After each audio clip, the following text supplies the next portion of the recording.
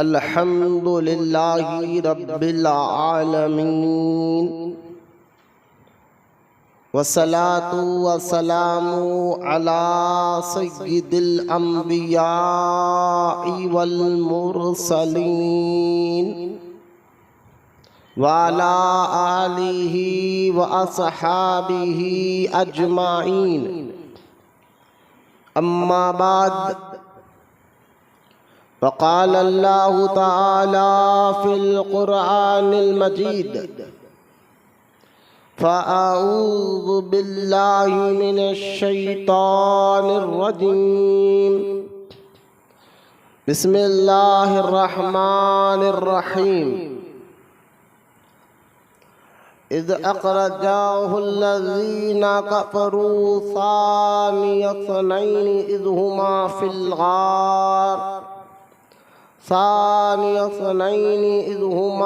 Fill गार इज़ यक़ूलु लिसाहिबिही ला तहज़न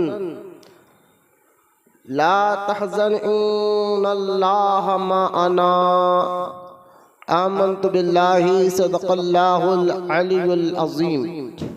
वक़ाल अल्लाहु तआला क़िशानि हबीबिहिल करीम इन्नल्लाहा व मलाइकतहु युसल्लूना अलन नबिय्यि या अय्युहल्लज़ीना आमनू सल्लू अलैहि व सल्लिमू तस्लीमा।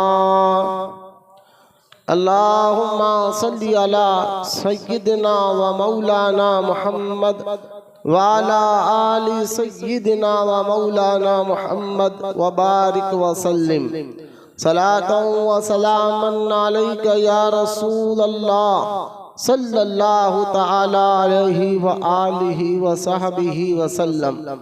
अम्मा बाद,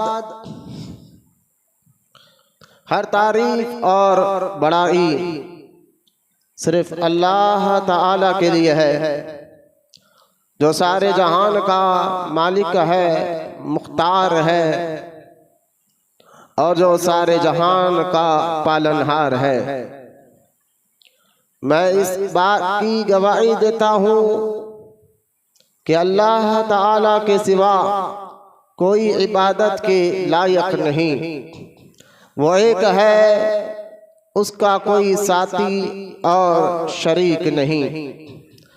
और मैं इस बात की भी गवाही देता हूँ कि आपके और हमारे प्यारे आका और मौला हुजूर पुरनूर रहमते कौनैन हज़रत सैयदना मोहम्मद मुस्तफ़ा अहमदी मुश्तबा सल्लल्लाहु तआला अलैहि व आलिहि व सहबिहि व सल्लम अल्लाह ताला के आखिरी रसूल और उसके बरगुज़ीदा बंदे हैं।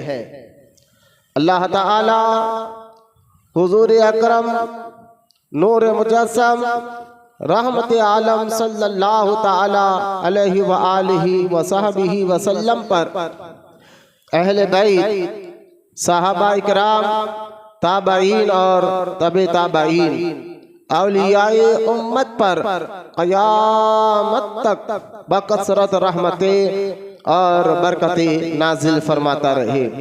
आमीन। मोहब्बत से एक बार दुरूद शरीफ पढ़ लीजिए। सल्लल्लाहु अला नबी उम्मी व अला आलिहि सल्लल्लाहु तआला अलैहि व आलिहि व सहबिहि व सल्लम सलातन व सलामन अलैका या रसूल अल्लाह सल्लल्लाहु तआला अलैहि व आलिहि व सहबिहि व सल्लम। मुअज़्ज़ज़ सामईन इकराम, अस्सलामु अलैकुम व रहमतुल्लाहि व बरकातुहू।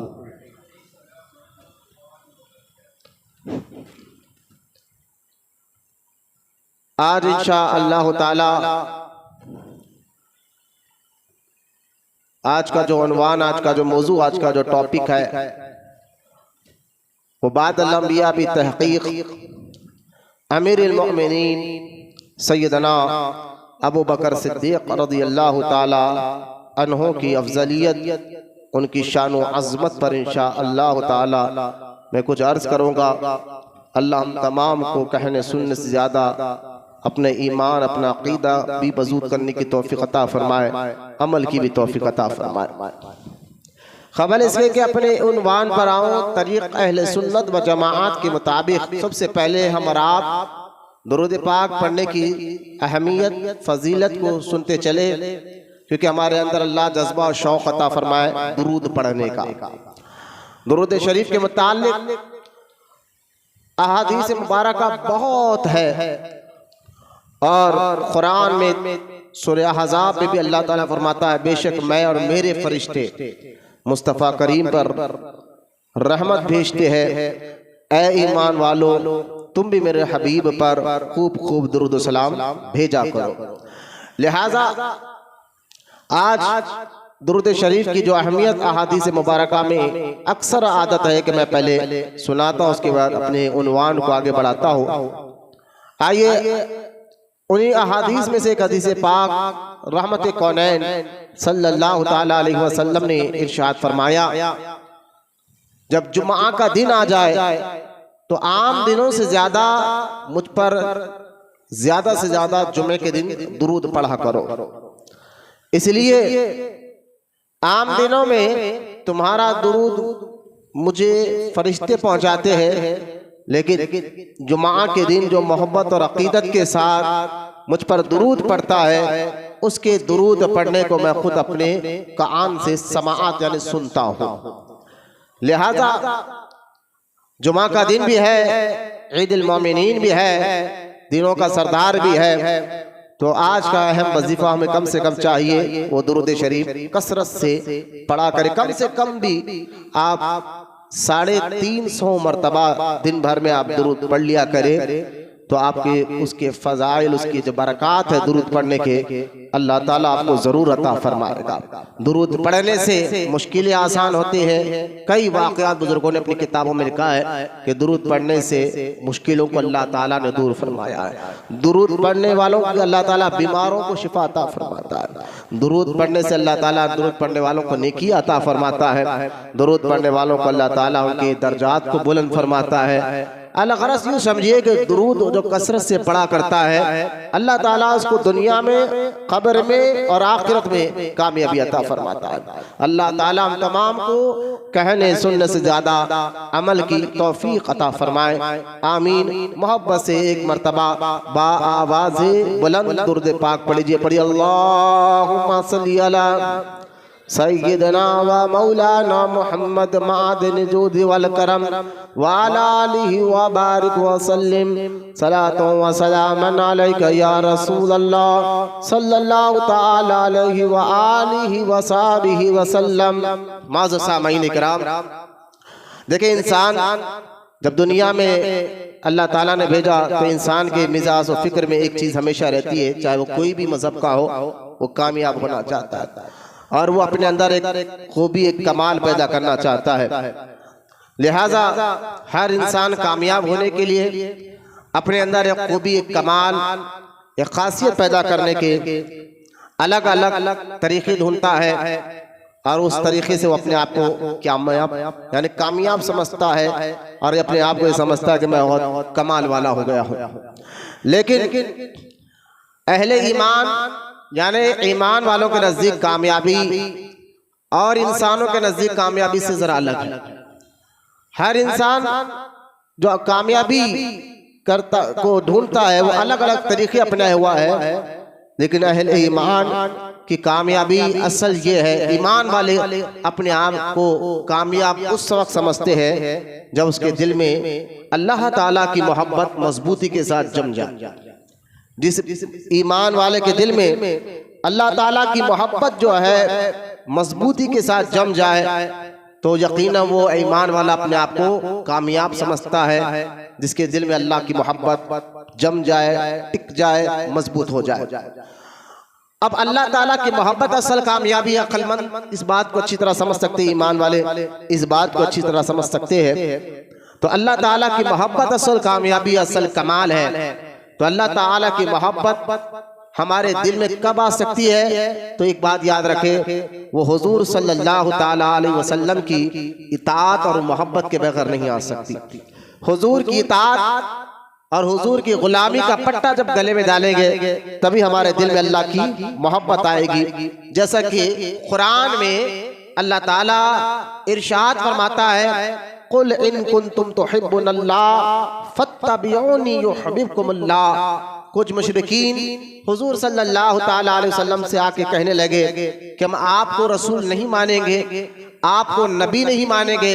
रही अल्लाह ताला की बात तो मुशरिक कहने लगे, हम अल्लाह से तो मोहब्बत करते हैं, हम अल्लाह ताला के बड़े लाडले बंदे हैं, हम अल्लाह ही को मानते हैं और अल्लाह से मोहब्बत करते हैं, लेकिन आपकी इताअत नहीं करेंगे, आपका हुक्म नहीं मानेंगे, आपको रसूल नबी नहीं मानेंगे। जब मुशरिकीन ने ये बात कही, अल्लाह ताला ने अपने पाक कलाम में ये ऐलान फरमाया, कुल हबीब आप कह दीजिए, इन कुंतुम तुहिब्बुनल्लाह, अगर ये दावा कर रहे कि हम अल्लाह से मोहब्बत करते हैं और अल्लाह ताला से बड़ी शदीद हमारी मोहब्बत है, बहुत ज्यादा हम अल्लाह ताला से मोहब्बत करते हैं, लेकिन आपको नहीं मानेंगे, इन रसूल को नहीं मानेंगे, नबी को नहीं मानेंगे, तो अल्लाह ताला ने कुरान पाक में फरमाया, फत्तबिऊनी युहब्बुकुमुल्लाह, इनसे कह दो अल्लाह ताला से मोहब्बत का दावा कर कर आप रसूल और नबी ना माने तो अल्लाह के नज़दीक कबूल नहीं है, बल्कि जो आपकी गुलामी में आ जाता है,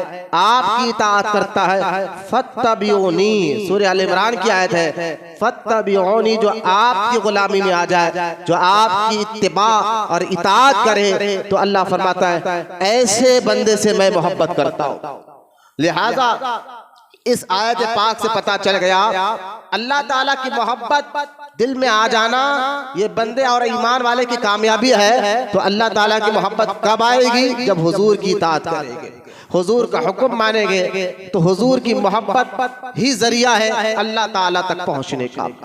और जब ये बात समझ में आ जाए तो और आगे बढ़ते हैं कि हुजूर सल्लल्लाहु ताला अलैहि व आलिहि व सहबिही की मोहब्बत उस वक्त आपके दिल में आएगी जब हुजूर सल्लल्लाहु ताला अलैहि वसल्लम के सहाबा और अहले बैत की मोहब्बत आपके दिल में आएगी।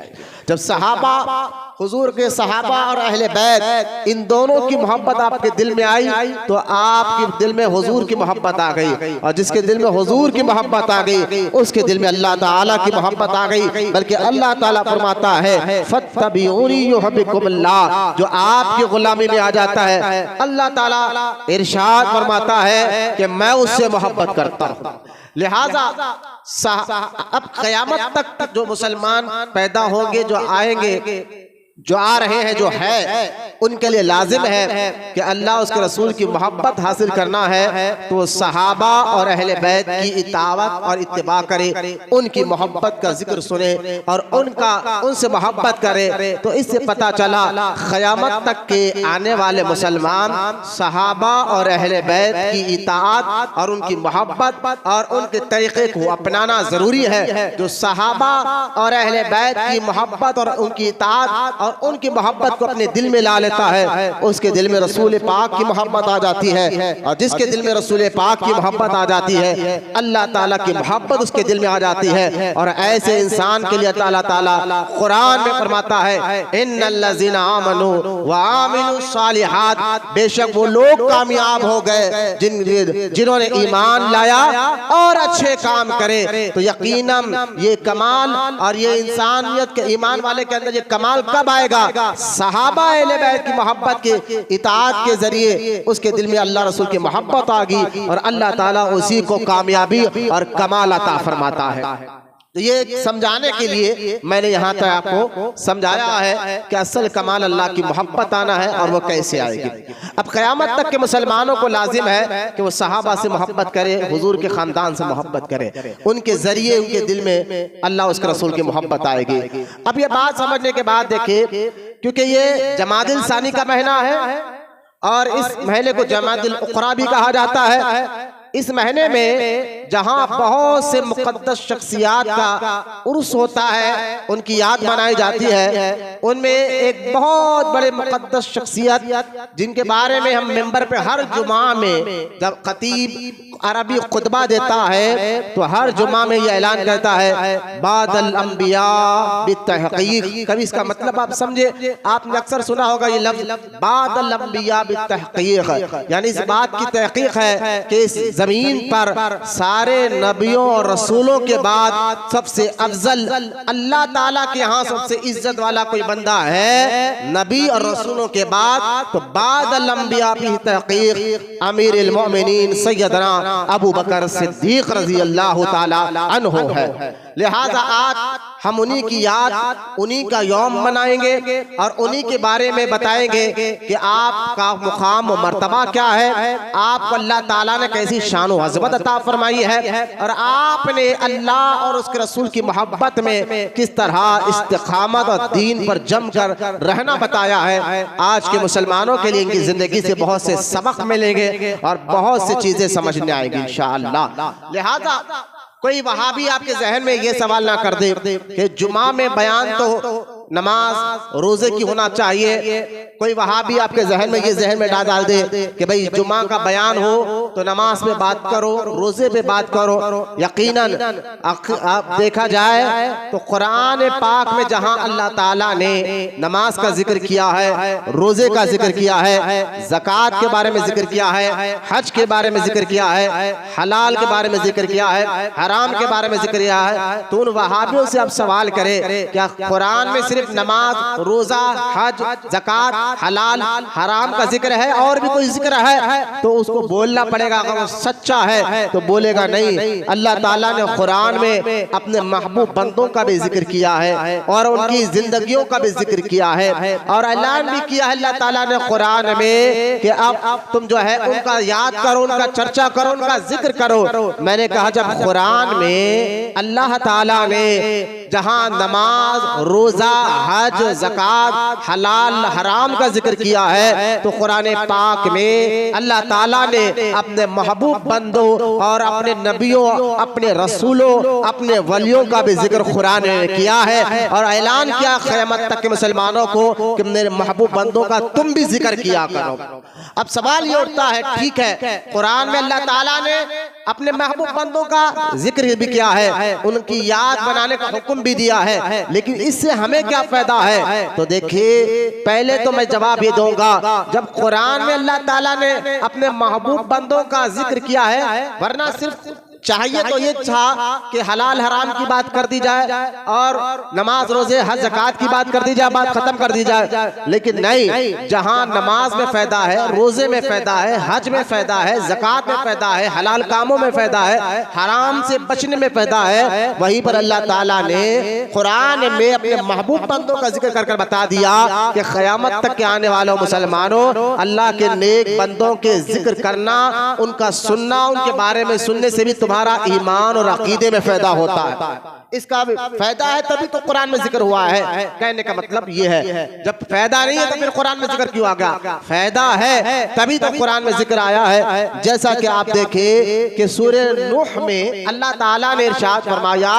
ऐ हबीब हम पिछले नबियों के वाक़यात आपको इसलिए सुनाते हैं। तवज्जो फरमाए, कुरान में अल्लाह ताला ने कई नबियों का जिक्र किया है, उनके हालात का जिक्र किया है। इब्राहिम अलैहिस्सलाम का जिक्र है, मूसा अलैहिस्सलाम का जिक्र है, कमोपेश बहुत से अंबिया और रसूलों का जिक्र कुरान में है। तो अल्लाह ताला इनका जिक्र क्यों किया, इसका क्या फायदा है, ये बयान अल्लाह ने सूरह नूह में किया।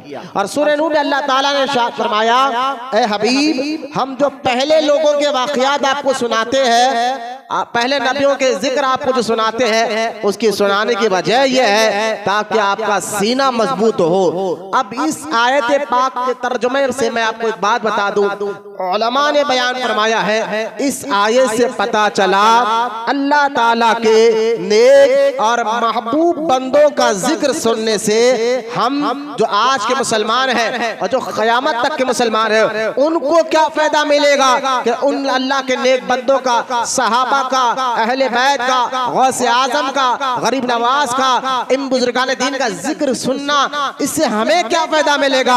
तो अल्लाह ताला ने कुरान पाक की इस आयत के जरिए क़यामत तक के मुसलमानों को ये बता दिया, जो अल्लाह के नेक और महबूब बंदों का जिक्र सुनते हैं, सुनने से तुम्हारा ईमान और अकीदा मजबूत होता है। ये फायदा है। अल्लाह के नेक बंदों का जिक्र सुनने से क्या होता है, हमें पता चलता है कि दीन क्या है, इस्लाम क्या है। इसलिए मैं अक्सर एक बात कहता हूँ, अगर कोई मुझसे पूछे मौलाना आसान लफ्जों में बताइए कि हमें इस्लाम क्या है, तो मैं कहता हूँ भाई ठंडे दिमाग से बैठ और कभी गौसे पाक की जिंदगी को पढ़ ले, हुजूर गौसे आजम की जिंदगी को पढ़ ले, हुजूर ख्वाजा गरीब नवाज की जिंदगी को पढ़ ले रहमतुल्लाहि ताला अलैह, तो आपको पता चलेगा दीन क्या है, इस्लाम क्या है। लिहाजा अल्लाह के नेक बंदों के जिक्र से हमारा ईमान, सब्र क्या है पता चलता है, ईमान क्या है पता चलता है, दीन से मोहब्बत कैसी करनी चाहिए पता चलता है। अल-गरज़ अल्लाह ताला ने कुरान में अपने महबूब बंदों का जिक्र भी किया है और अपने बंदों को हुक्म भी दिया है, उनकी याद मनाते रहो और उनका जिक्र सुनते रहो। इसी अल्लाह के हुक्म पर अमल करते हुए हम यौम सहाबा भी मनाते हैं, यौम अहले बैत भी मनाते हैं, यौम बुजुर्गान दीन भी मनाते हैं। उसी यौम में से आज जो है बादल अंबिया बितहक़ीक़ अमीरुल मोमिनीन हजरत सैयदना अबू बकर सिद्दीक़ रज़ी अल्लाह ताला अन्हो की मुबारक जिंदगी के मुताल्लिक़ कुछ बातें आपके सामने अर्ज करना है। अल्लाह हम तमाम को कहने सुनने से ज्यादा अमल की तौफीक अता फरमाए। एक बात याद रख ले, आइए मैं आपको, क्योंकि वक्त हमारा दिन छोटा हो गया तो वक्त भी बहुत तेजी से जाता है, तो आज थोड़ा सा मैं आपके सामने डायरेक्ट तमहीद में आते यहाँ तक बयान कर दिया मैंने कि कुरान और हदीस के जरिए कि अल्लाह के नेक बंदों के जिक्र से क्या फायदा होता है। तो आज ये समझने के बाद जो है, आइए मैं तेजी के साथ हजरत अमीरुल मोमिनीन सैयदना अबू बकर सिद्दीक़ रज़ी अल्लाह ताला अन्हो के मुतालिक कुछ बातें आपके सामने, उनकी शान, उनकी अजमत, उनका मकाम, उनका मर्तबा कुरान में क्या आया है, अहादीस में क्या आया है, वक्त को देखते हुए मुख्तसर आपके सामने अर्ज करता हूँ। अल्लाह हम सबको मोहब्बत अता फरमाए, सहाबा से भी और अहले बैत से भी। हम अहले सुन्नत व जमात का अकीदा पहले सुन लीजिए आप। अहले सुन्नत व जमात वो जमात है जो सहाबा से भी मोहब्बत करती है और अहले बैत से भी मोहब्बत करती है। ये दोनों चीज ध्यान में रख ले, दोनों में बैलेंस रखती है, सहाबा और अहले बैत दोनों से मोहब्बत करती है। अगर कोई हुजूर सल्लल्लाहु ताला अलैहि वसल्लम के सहाबा से मोहब्बत करे और हुजूर के खानदान के मौलाए कायनात अली मुर्तजा और उनकी औलाद से चिढ़े, तो वो जो है खारजी उसको कहा जाता है, वहाबी उसको कहा जाता है। सहाबा से तो मोहब्बत है लेकिन हुजूर के खानदान वालों से चिढ़ते हैं और अहले बैत से वो चिढ़ते हैं, तो वो खारजी कहा जाता है, उसको वहाबी कहा जाता है। अगर कोई जो है हुजूर सल्लल्लाहु ताला अलैहि वसल्लम की औलाद से मोहब्बत करे, मौलाए अली से मोहब्बत करे, हसनैन करीमैन से मोहब्बत करे, लेकिन अबू बकर सिद्दीक का नाम सुनकर चिढ़ जाए और माज़अल्लाह सिद्दीक़ अकबर फारूक आज़म रज़ी अल्लाह ताला अन्हु के शान में बेअदबियां करने लगे,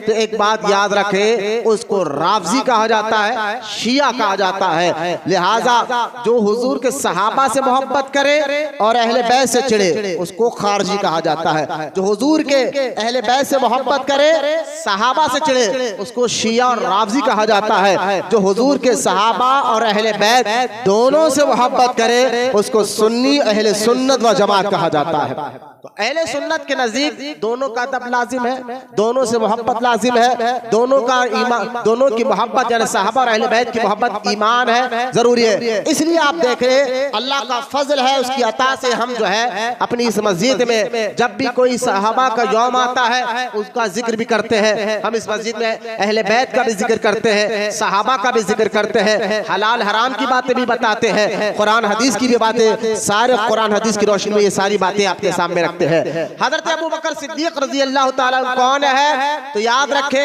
अबू बकर सिद्दीक वो जात मुबारक का नाम है जिन्होंने सबसे पहले अल्लाह उसके रसूल पर ईमान लाया। बोले मोहब्बत से सुभान अल्लाह। अल्लाह और उसके रसूल पर सबसे पहले ईमान लाने वाले का नाम हजरत अबू बकर सिद्दीक रज़ी अल्लाह ताला अन्हु है। देखिए इस्लाम, दीन, कुरान, हदीस, जब ये आज जो इतना आसान है ना, इस हुजूर के दौरे मुबारक में इतना आसान नहीं था। हुजूर सल्लल्लाहु ताला अलैहि वसल्लम जब आप पैदा हुए और 40 साल की उम्र में अपने नबी होने का ऐलान किया, उसके बाद जो फितने हुए हैं, जो लड़ाई हुए हैं, जो झगड़े हुए हैं। देखिए ईसा अलैहिस्सलाम के बाद हमारे नबी तशरीफ लाए दुनिया में। ईसा अलैहिस्सलाम को अल्लाह ताला ने जमीन से उठा लिया जिंदा आसमानों में। उनके बाद ईसा अलैहिस्सलाम के आसमानों पर उठाने के बाद जो है 500 साल तक इस जमीन पर कोई नबी और रसूल नहीं आए। 500 साल के बाद जो है हमारे आका रहमत कौनैन तशरीफ लेकर आए हैं। कब? जब ईसा अलैहिस्सलाम को आसमान पर जिंदा उठाने के बाद। एक एक लफ्ज पर जरा गौर फरमाइए। मैं ठहर ठहर के बात कुछ समझाना चाहता हूँ कि ताकि बात आपको आसानी से समझ में आ जाए मैं कहना क्या चाहता हूँ। तो जब नबी ईसा अलैहिस्सलाम को अल्लाह ने आसमानों पर जिंदा उठा लिया, और देखिए आज बंदा साल 2 साल तो छोड़ दे, 8-10 दिन में भूल जाते हैं कुछ बातें। महीना भर जाए, 2 महीने जाए, साल गुजर जाए तो वो बातें हमारे जहन से निकल जाते हैं। तो ईसा अलैहिस्सलाम के दुनिया से उठाने के बाद 500 साल तक जमीन पर कोई नबी रसूल नहीं आया जो इंसानों को सीधे रास्ता बताते, अल्लाह तक पहुंचाते। तो लिहाजा इन 500 सालों में इस जमीन पर बहुत फितने, फसाद, लड़ाई झगड़े, यहाँ तक के हालात ये हो गया कि इंसान जो है, इंसान तो थे, इनकी इंसानियत उनके अंदर खत्म हो गई। चंद कबीलों के छोड़कर इंसानियत पूरी खत्म हो गई। फिर अल्लाह का करम हुआ कि अल्लाह ताला ने अरब की जमीन पर 2 शंबे के दिन आपके और हमारे नबी रहमत कौनैन को जलवा फरमाया। आपकी विलादत हुई, और जब आप पैदा हुए 40 साल की उम्र तक मेरे आका सल्लल्लाहु अलैहि वसल्लम, हम जिस नबी का कलमा पढ़ते इस पर गौर फरमाए। 40 साल की उम्र तक हमारे नबी ने अपने लोगों के सामने ऐलान नहीं किया कि मैं नबी हूँ। लेकिन इसका मतलब ये नहीं है कि हुजूर को पता नहीं था कि आप नबी है। 40 साल की उम्र के बाद पता हुआ है कि आप अल्लाह के नबी है। नहीं, ये बात नहीं है। हम ऐसा अकीदा नहीं रखते। अहले सुन्नत व जमात तो ये कहती है कि मेरे आका सल्लल्लाहु ताला अलैहि वसल्लम जब काबे के सामने जाते तो हजरे अस्वद आपको देखकर कहता था सलातु व सलाम अलैका या रसूल अल्लाह। जब आप पहाड़ों के सामने से गुजरते, पत्थर आपको देखकर सलाम करते थे हरम शरीफ के, अस्सलातु व सलाम अलैका या रसूल अल्लाह। झाड़ आपको देखकर सलाम करते थे। तो मुझे आप बताइए कि मेरे और आपके नबी सल्लल्लाहु ताला अलैहि वसल्लम को पत्थर देखकर कहे कि ये अल्लाह के नबी है, रसूल है, झाड़ देखकर कहे कि ये अल्लाह के नबी है, रसूल है, तो पत्थर को तो मालूम है, झाड़ों को मालूम है, और हुजूर को नहीं मालूम है। ये कैसी बात हो सकती है? लिहाजा वहाबी बदअकीदा का ये अकीदा है। देखिए फातिहा दुरूद में इसलिए मैं कहता हूँ झगड़ा नहीं है। वहाबी ये कहते हैं हुजूर पैदा हुए मक्का में, 40 साल की उम्र तक हुजूर को पता ही नहीं था नबी है, रसूल है। मैंने कहा ये गलत बात है। मेरे आका 40 साल का पैदाइश नबी नहीं, सबसे अव्वल अल्लाह ताला ने अपने नूर से जिस नबी को पैदा फरमाया वो हमारे नबी पाक अलैहिस्सलातु वस्सलाम है। लिहाजा फिर आप सवाल वहां भी कहते हैं 40 साल खामोश क्यों रहे हुजूर? तो क्यों खामोश रहे मैं आपको इसकी वजह बताता हूँ। 40 साल इसलिए खामोश रहे, अगर हुजूर पैदाइशी तौर पर अपने नबी और रसूल होने का दावा करते तो शायद बहुत सी चीजें पैदा हो जाती। अल्लाह की हिकमत भी थी, मेरे आका सल्लल्लाहु अलैहि वसल्लम का अल्लाह का हुक्म भी था। 40 साल तक मेरे आका ने अपने नबी होने का ऐलान नहीं किया, लेकिन अपनी आदत, अपनी मिजाज, अपने अखलाक और अपने तरीके से पूरे मक्के को अपना दीवाना बना लिया था। एक एक चीज पर गौर फरमाइए कि जहां मक्कातुल मुकर्रमा में हुजूर पैदा, वो दौर ऐसा दौर था जहां पर शराब एक आम बात थी, जिना एक आम बात था, कत्ल एक आम बात थी। छोटी छोटी बात पे खानदान जो है ना बरसों लड़ लिया करते थे। आपको मालूम है कि जिहालत इतनी खतरनाक हो गई थी कि अगर रास्ते में कोई बंदा, चलने का रास्ता है और एक बंदा पैर लंबा कर कर बैठा है और दूसरा बंदा कहता है भाई रास्ता है पैर नजदीक कर लो, इतनी बात पे बरसों लड़ाई होते थे आपस में। कब की बात है? जब हमारे आका ने अपने नबी होने का ऐलान किया तब की बात है। इसको कहते हैं दौरे जिहालत का दौर। उस दौर में जो है इतनी इतनी बात पर आप सोचिए, खारी रास्ते पे पैर लंबा कर कर एक शख्स बैठा है, दूसरा आदमी कह रहा है कि भाई पैर नजदीक कर लो, जाना है, गलत क्या है? लेकिन इतनी बात पे एक आध दिन नहीं बरसों बरसों आपस में लड़ाई होती थी। ऐसा जहालत का दौर, लड़ाई, कत्ल, जिना, शराब, जुआ, औरतों को जो है ना बेइज्जत करना, बच्ची पैदा हुई तो जिंदा दफन कर देना, ये सारे काम मक्के में होते थे। मेरे आका ऐसे दौर में पैदा हुए। इस दौर को मेरे नबी ने जब देखा तो सरकार अलैहिस्सलाम ने अपनी 40 साल की उम्र, बचपना, नौजवानी की उम्र को सारे मक्के वालों के सामने ऐसे गुजारा कि आपके अखलाक, आपके आदात, आपकी मिजाज, आपका चलना, आपका फिरना, आपका बात का तरीका, सारे लोग आपके अखलाक ज़ाहिरी, अखलाक बातीनी के इसलिए गर्विदा यानी दीवाने हो गए थे कि उस वक्त सारे मक्कातुल मुकर्रमा में अगर कोई उस दौर में शराबी, जिना, हर गलत काम का दौर था। ऐसे दौर में अगर कोई पूछता है मक्के वालों, हर तरफ पापी पाप है, गुनाह ही गुनाह है, लेकिन एक बात बताओ कि ऐसे वक्त में इस मक्का में कोई सच्चा, कोई अमीन, कोई ईमानदार, कोई अच्छे अखलाक वाला भी बंदा है या नहीं है? तो सारे मक्के वाले एक जुबान होकर कहते थे कि हमारे यहाँ एक जात ऐसी है जिसके अंदर वो अमीन भी है, वो सच्चा भी है, वो सादिक भी है, वो बड़ा प्यारे अखलाक वाला भी है, उसके बातचीत का अंदाज भी बड़ा निराला है, उसके चलने का अंदाज भी बड़ा निराला है, वो बड़ों की इज्जत करता है, छोटों पर रहम करता है, वो अच्छे अखलाक की बात करता है, इंसानियत की बात करता है, हमदर्दी की बात करता है। लोग मुझसे वो कौन है? तो आपको और हमारे नबी रहमते कौनैन की तरफ इशारा करते, वो अब्दुल्ला का बेटा मोहम्मद बिन अब्दुल्ला यानी हुजूर सल्लल्लाहु ताला अलैहि वसल्लम की जाते मुबारका है। इस वजह से आपके और हमारे नबी 40 साल तक खामोश रहे ताकि लोगों को अपने अखलाक से समझाए, आदत से समझाए। और 40 साल की जब उम्र हो गई, अब अल्लाह ने हुक्म दे दिया, महबूब अब ऐलान कर दो, अब ऐलान कर दो कि मैं अल्लाह का नबी हूँ, रसूल हूँ। लिहाजा मेरे आका सल्लल्लाहु ताला अलैहि वसल्लम जो है सबसे पहले एक पहाड़ पर चढ़कर सारे अरब के कबीलों को बुलवाया, अपने खानदान वालों को बुलाया और बुलाकर कहा, लोगों मैं जो कहूँगा क्या तुम लोग वो बात मानोगे? तो सारे अरब वालों ने कहा, ए मोहम्मद बिन अब्दुल्ला यानी आका अलैहिस्सलाम से कहा, हमने आपका बचपन देखा है, आपकी जवानी देखा है, आपका कलबत देखा है, आप अकेले कैसे है, बाहर कैसे है, हम आपकी आदत से बड़ी अच्छी तरह वाकिफ है। सारे मक्के वाले आपको अमीन कहते हैं, सच्चा कहते हैं, सादिक कहते हैं, और हमने अभी तक देखा है इतनी उम्र में आपने कभी गलत काम तो दूर की बात है, झूठ तक नहीं बोला है। आप जो बात कहेंगे मानेंगे। हम देखे अभी हुजूर ने नबी होने का ऐलान नहीं किया, अपनी आदत, अपनी अखलाक, अपनी मिजाज से मक्के वालों को इतना दीवाना कर दिया था। सारे मक्के वाले कहने लगे, आप जो कहेंगे हम मानेंगे, क्योंकि आपको हमने कभी झूठ बोलते हुए और कभी गलत माज़अल्लाह काम करते हुए नहीं देखा है। तो मेरे आका सल्लल्लाहु ताला अलैहि वसल्लम ने फिर एक मिसाल देकर कहा, अगर मेरी बात मैं कहूँ कि पहाड़ के पीछे काफिला है और वो आएगा तुम पर हमला करेगा, क्या तुम लोग मेरी बात मानोगे?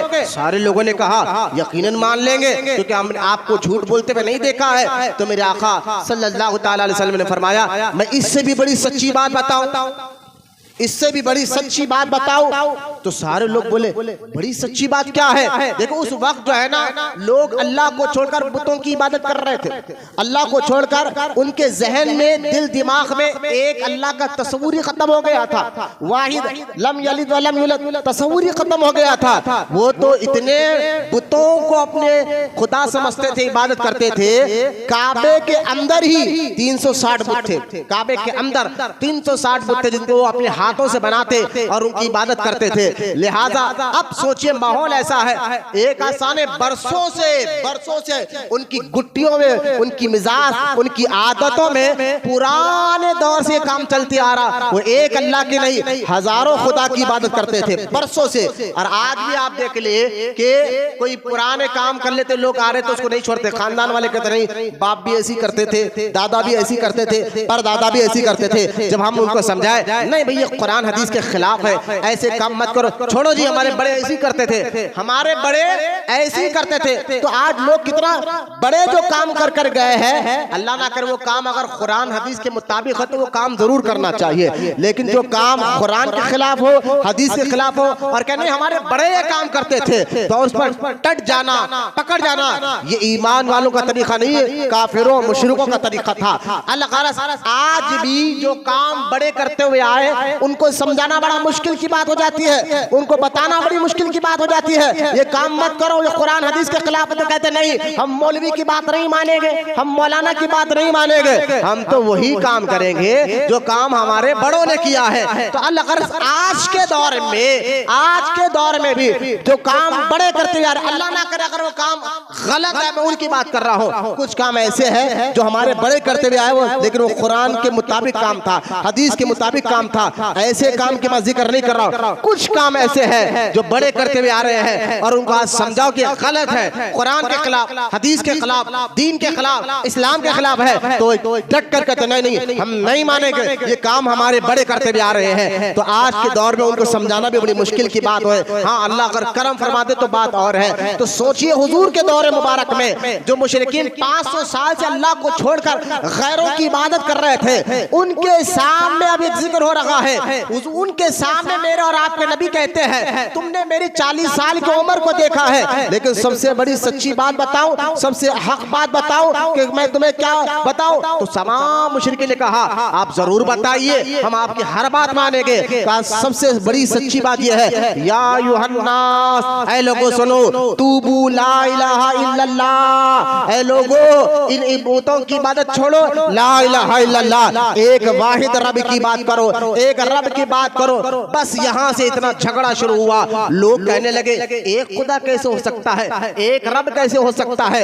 अब लोग यहाँ पर चिमोगुइया करने लगे, यहाँ तक कि मेरे आका सल्लल्लाहु ताला अलैहि वसल्लम के मुखालिफ हो गए। जो सारा मक्का जिनकी इज्जत करता था, जिनका अदब करता था, जिनसे मोहब्बत करता था, आज उनका बेअदब हो गया, उनको गालियां देने लगा माज़अल्लाह, उनके खिलाफ बकवास करने लगा माज़अल्लाह, तरह तरह के बकवास करने लगा। लेकिन याद रखे, सच बात अगर कड़वी क्यों ना हो, सच बात बोलने में तकलीफ क्यों ना हो, मेरे नबी की सुन्नत है उस बात को छोड़ना नहीं, उस बात पर मजबूत को पकड़कर उस बात को आगे बढ़ाना है, क्योंकि अल्लाह सच ही में ताकत रखता है। झूठ कितनी भी ताकतवर हो, सामने वाला झूठा है, मक्कार है, रौडी है, पहलवान है, लेकिन है कज़्ज़ाब, है झूठा। लेकिन हम उस कज़्ज़ाब और झूठे को देखकर कभी सच का साथ ना छोड़े। मेरे नबी की अदाएं आपको ही सबक दे रही है, मेरे नबी का सुन्नत तरीका ही आपको सबक दे रहा है कि कज़्ज़ाब यानी किस में, झूठ में अल्लाह ताकत नहीं रखता। अल्लाह ताला हमेशा सच में ताकत रखता है, हक में ताकत रखता है। मेरे आका सल्लल्लाहु ताला अलैहि वसल्लम ने किसी के परवाह नहीं की, ये ऐलान करते रहे, लोग आपके मुखालिफ होते रहे। उस वक्त हुजूर अलैहिस्सलाम के साथ, उस दौर में हुजूर के साथ खड़ना, हुजूर के साथ बात करना मक्के वालों ने इतना खतरनाक बता दिया था कि सोचिए, अगर एक बंदा, मैं समझाने के लिए कह रहा हूं, एक बंदा अपने मुल्क से दूसरे मुल्क जाना चाहता है तो उसके लिए आसान था। उस दौर में उसके लिए क्या था? आसान था। मिसाल, मक्के वाला इराक जाना चाहता है, जा सकता था, कोई उसको प्रॉब्लम नहीं थी। मक्के वाला बगदाद जाना चाहता है, कोई जा सकता था, उसको कोई प्रॉब्लम नहीं थी। मक्के वाला यमन जाना चाहता, बसरा जाना चाहता तो कोई प्रॉब्लम नहीं थी। लेकिन मक्के वाला अपने पड़ोस में मुस्तफा जाने रहमत से मुलाकात करने जाता तो वो रात में छुप छुप कर जाना पड़ता, क्योंकि हुजूर अलैहिस्सलाम से मुलाकात करना मक्के के मुशरिकों ने इतना खतरनाक कर दिया था। जो हुजूर से मुलाकात करता सारा मक्का उसका भी दुश्मन हो जाता, उसको भी मारने लग जाता, उसको भी गालियां देने लग जाता। सोचिए, एक मुल्क से दूसरे मुल्क में जाना आसान था और अपने पड़ोस में रहने वाले नबी से मुलाकात करना मुश्किल था। उस दौर में कलमा पढ़ना, दूसरे लफ्ज़ में यूं समझिए, उस दौर में कलमा पढ़ना सीधा सीधा मौत को दावत देना था। एक अल्लाह की गवाही देना, मौत को दावत देना था। सोचिए, उस दौर में जो सहाबा ने हुजूर के साथ रहे, आज तक कोई मुसलमान उनके बराबर नेकी नहीं कर सकता, बल्कि क़यामत तक भी नहीं कर सकता, क्योंकि उस दौर में सहाबा ने हुजूर का उस वक्त साथ दिया जिस वक्त आपके साथ ठहरना अपनी जान, अपने मौत को दावत देने के बराबर था। इसलिए मैं अक्सर बात कहता हूँ, सहाबा के खिलाफ कुछ मत बोलो। उन्होंने उस वक्त दीन का, कुरान का, अल्लाह रसूल का साथ दिया जिस वक्त साथ देना मौत को दावत देने के बराबर था। उस वक्त साथ देना बड़ी अहमियत की बात होती है। आज भी हम देखें उस आदमी का साथ देते जो पावरफुल हो, उस आदमी का साथ देते हैं जिसके पास दौलत हो, पैसा हो और पावरफुल हो। कमजोर का कोई साथ नहीं देता। लिहाजा समझाने के लिए कमजोर कह रहा हूं, मेरे आका रहमत कौनैन बाज़ाहिर कुछ पावर नहीं है, लोग आपके खिलाफ है। ऐसे वक्त कलमा पढ़ना बहुत बड़ी बात थी। इसलिए कुरान कहता है कि उन लोगों ने जो ईमान लाए और अल्लाह की राह में जिहाद किया, सब कुछ किया, वो क़यामत तक के मुसलमानों से बेहतर है, अफजल है और आला है। अल्लाह यूं समझिए वो दौर का एक एक बात है। ऐसे दौर में मेरे और आपके नबी सल्लल्लाहु ताला अलैहि वसल्लम ने ऐलान नबूवत करने के बाद जो है आपने ऐलान नबूवत जब किया और अब मक्के में जब नबी होने का ऐलान किया, उस वक्त सारे मक्का तो आपका दुश्मन हो गया, लेकिन आपकी मुक़द्दस बीबी तैयबा ताहिरा बीबी खदीजतुल कुबरा रज़ी अल्लाह ताला अन्हा ने फौरन ईमान लाया और कहा कि बीबी खदीजा ने कि मेरे सरताज, मेरे शौहर, ऐ के नबी, मैं तो जानती थी आपके अंदर की जो सिफतें हैं वो नबी वाली है, वो रसूल वाली आदतें हैं, वो नबी वाली आदतें हैं। मैं अपने चाचा से अक्सर सुना करती थी कि जो अल्लाह का नबी आएगा जिसका नाम आसमानों में अहमद, जमीन पर मोहम्मद होगा, उसके अंदर ये आदतें होगी। मैंने तमाम आदतें आपके अंदर देख ली थी, बस आपके ऐलान नबूवत का इंतजार कर रही थी। लिहाजा सबसे पहले औरतों में तमाम मुसलमानों की माँ बीबी खदीजतुल कुबरा रज़ी अल्लाह ताला अन्हा ने कलमा पढ़कर इस्लाम को कबूल फरमाया। अभी उस वक्त जब बीबी खदीजा ने कलमा पढ़ा ना, उस वक्त हजरत अबू बकर सिद्दीक रज़ी अल्लाह ताला अन्हु मक्के में नहीं यमन में थे। गौर से सुने, क्योंकि हुजूर सल्लल्लाहु ताला अलैहि वसल्लम के जो साथी है अबू बकर सिद्दीक रज़ी अल्लाह ताला अन्हु, ये ऐसे साथी है हुजूर के साथ हमेशा ये रहा करते थे मक्का में भी। क्योंकि आप हजरत अबू बकर सिद्दीक जो है, एक एक लफ्ज़ सुने आप, अबू बकर सिद्दीक खानदानी एतबार से बनु तैम के थे। बनु तैम कबीला क्या है देखिए, हजरत अबू बकर सिद्दीक का नाम अब्दुल्ला था, उनके वालिद का नाम उस्मान था, और उनके दादा का नाम आमिर था, और उनके परदादा का नाम उमर बिन काब था, उनके दादा का नाम जो है साद बिन तैम था, फिर साद बिन तैम का नाम मुर्रा था, मुर्रा बिन काब लोई था, और मुर्रा बिन काब कौन है? ये हुजूर के भी दादा है। लिहाजा 5 व 6वें नंबर पर जाकर हजरत सिद्दीक अकबर का खानदान हुजूर के खानदान से मिल जाता है। दादा परदादा से आपका खानदान हुजूर के खानदान से मिल जाता था। एक तो ये, और अबू बकर सिद्दीक रज़ी अल्लाह ताला अन्हु को जो है एक और बात देखे, खुदा की तरफ से बात बंदे जब पैदा होते ना, बाज बंदे आज भी आप देख लिया, बाज बंदे जो है ऐसे पैदा होते हैं आज भी, अगर उनकी नस्ल खानदान में रंग लाए तो उनके बच्चे ऐसे पैदा होते हैं, पैदाइशी तौर पर उनकी अखलाक और आदत और मिजाज बड़े ही साफ सुथरे होते हैं, जिसको देखकर कहते हैं यार ये बंदा नहीं, कोई खास अल्लाह का बंदा नजर आ रहा है। अभी कल का पेपर मैं पढ़ रहा था, इत्तेमाद पेपर की न्यूज में आपको बता रहा हूँ, एक अरब का शहर है, 3 साल का बच्चा हाफिज कुरान बन गया। 3 साल का बच्चा। आज हमारे यहाँ 3-4 साल छोड़ दिए, 5-6 साल के बच्चे खेल कूद फोनों के दीवाने हो गए। लेकिन ऐसे दौर में जहाँ छोटे से छोटा बच्चा फोन के बगैर रह नहीं पा रहा है, ऐसे दौर में भी कुछ ऐसे बंदे होते हैं जिनको अल्लाह ताला खास खुसूसियत अता फरमाता है, खास आदतें अता फरमाता है। लिहाजा अबू बकर सिद्दीक से अल्लाह को खास काम लेना था, इसलिए खानदान भी आला दिया, आला खानदान में पैदा फरमाया। दूसरा, पैदाइशी तौर पर आपके वालिद कहते हैं जब अबू बकर सिद्दीक को मैं एक मर्तबा काबतुल्लाह के पास लेकर गया और ले जाकर काबे के अंदर जो बुत थे उन बुतों को देखकर कहा कि ए अब्दुल्ला, आपके वालिद ने नाम अब्दुल्ला रखा था, ए अब्दुल्ला ये जो बुत है ना काबे के अंदर, बोले हाँ ये आपके और हमारे खुदा है, इनकी इबादत करो। लिहाजा हजरत अबू बकर सिद्दीक अभी 5 या 6 साल के है। लिहाजा हजरत अबू बकर सिद्दीक रज़ी अल्लाह ताला अन्हु आपने जैसा ही बुतों को देखा, देखे बाज बंदों को अल्लाह ताला खलाकन और आदतन फितरतन पाक को साफ पैदा करता है। लिहाजा उस दौर में बुतों की इबादत करना एक आम बात थी, लेकिन अबू बकर सिद्दीक रज़ी अल्लाह ताला ने उन बुतों को देखकर कहा मैं भूखा हूँ मुझे खाना दे, जवाब नहीं आया, मैं प्यासा हूँ मुझे पानी दे, जवाब नहीं आया। अचानक जो है अबू बकर सिद्दीक 4 या 5 साल के हैं, हाथ में पत्थर लेते हैं हैं और लेके उस बुत को कहते हैं मैं तुझे मार रहा हूँ, अगर तू खुदा है तो बच के बता, मैं तुझे मार रहा हूँ, तू अगर खुदा है तो बच के बता। लिहाजा उन्होंने पत्थर फेंका और बुत जो है नाक या कान टूट गई। आपके वालिद ने जब ये मंजर देखा खींच कर अपने घर लाए और अपनी बीवी से कहा ये क्या बच्चा है, हमारे खुदाओं को मारता है, हमारे बुतों को मारता है। आपकी माँ ने कहा कि ऐ मेरे सरताज, मेरे बेटे अब्दुल्ला को कुछ मत कहो। जब ये पैदा हुआ तो गैब से एक आवाज मैंने सुनी है और कहा ऐ अल्लाह के बंदी मुबारक हो, ये जो बंदा तेरे यहाँ पैदा हुआ है ये मेरा महबूब मेरे रसूल का खास साथी बनने वाला है। लिहाजा बचपन से सिद्दीक़ अकबर की मिजाज, फितरत, अखलाक को अल्लाह ताला ने ऐसे पैदा किया था। आप देखें आपकी उम्र, आप उम्र के हिसाब से हुजूर से 2 साल छोटे हैं। लिहाजा जब आप हुजूर सल्लल्लाहु ताला अलैहि वसल्लम अपने नबी होने का ऐलान किया तो उस वक्त आपकी उम्र 38 ईयर थी और उस वक्त आप मक्के में नहीं थे, लेकिन आपके बहुत से अखलाक ऐसे थे।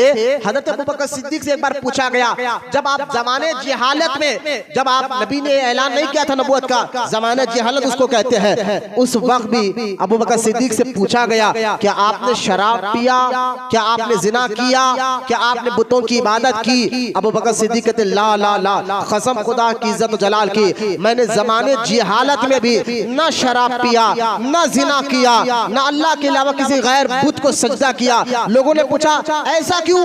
उस वक्त तो नबी ने ऐलान नबूवत भी नहीं किया था, उस वक्त ये बात कोई समझाने वाला भी नहीं था, फिर भी आप कैसे बच गए? सिद्दीक अकबर ने कहा था मैंने शराब को गौर किया तो मैं देखा कोई बंदा जो शराब पीता है वो अपनी इज्जत और अपने अखलाक को संभाल नहीं पाता है। लिहाजा शराब को इसलिए नहीं पिया ताकि अपनी इज्जत और अपने अखलाक को मैं खराब करना नहीं चाहता था। और रही जिना, जिना अखलाकन इतनी गंदी चीज है, मैंने उसको देख अपने आप से परहेज कर लिया था। और लिहाजा बुत मैंने कहा मेरी अक्ल मानती नहीं थी कि जो जिसको हम खुद अपने हाथ से बनाए वो हमारा खुदा कैसे हो सकता है। लिहाजा ये सिद्दीक़ अकबर के बचपन के हालात, जवानी के हालात बता रहा हूँ और आपके अखलाक और आदत बता रहा हूँ। आपने अभी हुजूर का कलमा नहीं पढ़ा था, उस वक्त भी ना आप शराब पीते थे, ना आप जुआ खेलते थे, ना आपके अंदर जिना की आदत थी, ना सिद्दीक़ अकबर जो है ना जो है अल्लाह के अलावा किसी के सामने सजदा किया है। ये फितरत और ये सलीमा आदत, और फिर आपकी आदत मिजाज ऐसी थी, सारे मक्के वाले कहते थे अरब में हुजूर के बाद सबसे रहम दिल मेहमान नवाज अगर कोई है तो अबू बकर सिद्दीक रज़ी अल्लाह ताला अन्हु। अबू बकर सिद्दीक को अच्छा अरब में उस दौर में पढ़े लिखे भी बहुत कम लोग हुआ करते, पढ़े लिखे लोग भी बहुत कम और रहते थे। लिहाजा हजरत सिद्दीक अकबर को अभी आपने कलमा नहीं पढ़ा क्योंकि हुजूर ने ऐलान नबूवत नहीं किया था अभी, तो आप उस वक्त भी जो है अरब के मक्के वाले लोग सिद्दीक अकबर का अदब भी करते, इज्जत भी करते और अपना जज बना कर रखते। लोग के पास अगर कोई मामला हो जाता, लड़ाई झगड़ा हो जाता तो फैसला कराने के लोग अबू बकर सिद्दीक के पास आया करते थे। यानी आप पढ़े लिखे ताजिर अक्लमंद सारे अरब में बीबी खदीजातुल कुबरा का मान और मेरे आका सल्लल्लाहु ताला अलैहि वसल्लम का निकाह होने के बाद बीबी खदीजा के बाद उसके बाद अगर किसी का माल पूरे अरब में बड़ी तेजी के साथ बाहर मुल्कों में बड़े ईमानदारी दयानतदारी के साथ बिकता था तो वो अबू बकर सिद्दीक का माल था। लिहाजा हजरत अबू बकर सिद्दीक रज़ी अल्लाह ताला अन्हु का आपको मैंने पहले बता दिया थे। अब हजरत अबू बकर सिद्दीक ताजिर थे तो तिजारत के लेन देन में और आपके आदत और अखलाक हुजूर की गुलामी के सदक़े में मिल रहे थे, तो आप हुजूर सल्लल्लाहु ताला अलैहि वसल्लम के अच्छे दोस्त भी थे, अच्छे दोस्त भी थे, साथ रहा करते थे। लेकिन देखे जब अबू बकर सिद्दीक मक्का में नहीं थे उस वक्त ये मामला हुआ, हुजूर ने अपने नबी होने का ऐलान किया और उस वक्त अबू बकर सिद्दीक यमन में थे, यमन में तिजारत कर रहे थे। एक पादरी जानते हैं आप जिसको आज के दौर में फादर कहते हैं, चर्च जो ईसाई वाइट कपड़े, वो एक पादरी ने हजरत अबू बकर सिद्दीक को करीब बुलाया। यमन का ये वाकया, हुजूर मक्का में है, तवज्जो फरमाए, बेचैनी खत्म करे, एक बात पर गौर फरमाए। हुजूर मक्का में है और जहां नबी होने का ऐलान कर रहे हैं और इधर उस वक्त सिद्दीक अकबर यमन में है और यमन में कारोबार कर रहे हैं। एक पादरी बुलाता है और बुलाकर कहता है कि आपसे मुझसे कुछ सवाल करना है, इन तमाम सवालों का आप जवाब देंगे। आपने फरमाया पूछो क्या पूछना है। पहला उसने पूछा आप मुझे यमन के नहीं अरब के मक्के के हरम के रहने वाले हो, दिख रहे हो। तो अबू बकर सिद्दीक ने फरमाया हाँ सदक़ता, तूने सच कहा, मैं यमन का नहीं, मैं हरम का रहने वाला हूँ, मक्के का रहने वाला हूँ। अच्छा, फिर दूसरा उसने सवाल किया, अच्छा तुम्हारा कबीला, तुम्हारा खानदान अरब का बनु तैम से है? कौन पूछ रहा है? यमन में रहने वाला फादर एक चर्च जिसको पादरी का है, वो सिद्दीक अकबर से पूछ रहा है कि तुम हरम के रहने वाले हो? आपने फरमाया हाँ मैं वहां का रहने वाला हूँ। दूसरा उसने कहा क्या तुम बनु तैम यानी कुरैश के आला खानदान आला कबीले से हो? फरमाया हाँ मैं आला खानदान आला कबीले से हूँ। फिर उसने कहा तीसरा और एक सवाल मेरा ये है कि तुम्हारे पेट से कपड़ा हटाओ, तो आपने फरमाया ये उस वक्त हटेगा जब तू उसकी वजह बताएगा, क्योंकि मैं आदतन फितरतन शर्मिला यानी अखलाक हयादार थे शख्स, मैं कैसे हटा सकता हूँ अपने पेट से कपड़ा? हाँ उसकी वजह तू बता दे, किस वजह से मेरा पेट तू देखना चाहता है, तो मैं जो है वो कपड़ा हटाने तैयार हो। तो उसने कहा कि सुनो, मैंने अपनी किताबों में पढ़ा है, वो फादर चर्च कह रहा है अहले किताब में से था, वो कहता मैंने अपनी किताब में पढ़ा है कि बनु जो आखिरी नबी दुनिया में आएंगे, हरम में पैदा होंगे, ऐलान नबूवत करेंगे, और उनका पर सबसे पहला कलमा अगर कोई पढ़ेगा तो बनु तैम से रहेगा, और उसका कबीला बनु तैम से रहेगा, नाम अब्दुल्ला रहेगा, और उसके पेट पर एक तिल रहेगी। बोलो ना आप जरा सुभान अल्लाह भी बोलिए, बात को समझिए। अबू बकर सिद्दीक का जिक्र अल्लाह ने पहली किताबों में भी किया है, और कितनी गहराई से किया है। कबीले का भी नाम बताया, खानदान का भी नाम बताया, पैदाइश के मुकाम का भी नाम बताया। अरे भाई बारीकी देखिए अल्लाह के कलाम की, कि अल्लाह ने अबू बकर सिद्दीक का जिक्र पहले किताबों में कैसा किया, पेट पर तिल रहेगा उसका भी जिक्र कर दिया।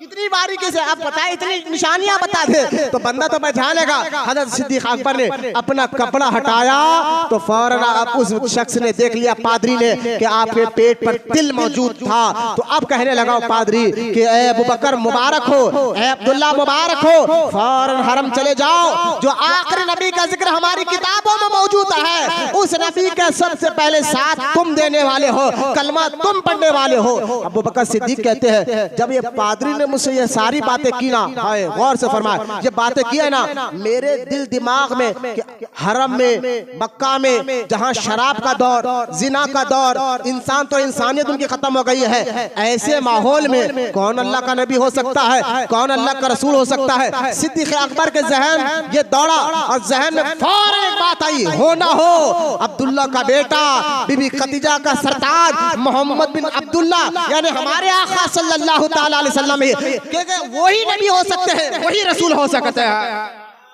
क्योंकि यमन में है ना अभी आपको पता नहीं कि मक्के में क्या हुआ है। लिहाजा उस पादरी ने जब कहा अरे भाई अरब में भी मक्का में भी कोई नबी होगा, तो जहन काम कर गया अबू बकर का, वो हुजूर ही हो सकते हैं, अब्दुल्ला के बेटे ही हो सकते हैं। लिहाजा सिद्दीक अकबर ने फौरन आरन फारन जो है सारा कारोबार तिजारत खत्म किया, यमन से हरम आए। जैसा ही मक्का पहुंचे, अबू जहल जो उस वक्त मक्के का सरदार था, उतबा उस वक्त मक्के के सरदारों में था, शेबा उस वक्त मक्के के सरदारों में था, उमैया बिन खल्फ उस वक्त मक्के के सरदारों के पास था। उनके पास गए और जाकर कहा कि ऐ लोगों, क्या मक्के में हरम में कोई अजीब बात हुई है, कोई खास बात हुई है? इन चारों ने कहा अबू बकर हम तुम्हारा ही इंतजार कर रहे थे। ऐ अबू बकर, तुम जिसको अपना दोस्त समझते हो, जिनकी बड़ी इज्जत करते हो, जिनसे बड़ी मोहब्बत करते हो, जिनका बड़ा अदब करते हो, कहा हाँ वो अब्दुल्ला के बेटे मोहम्मद बिन अब्दुल्ला, कहा हाँ वही मोहम्मद बिन अब्दुल्ला ने ऐलान किया है कि वो अल्लाह के नबी और रसूल है। अब बताओ उनके बारे में तुम क्या कहते हो?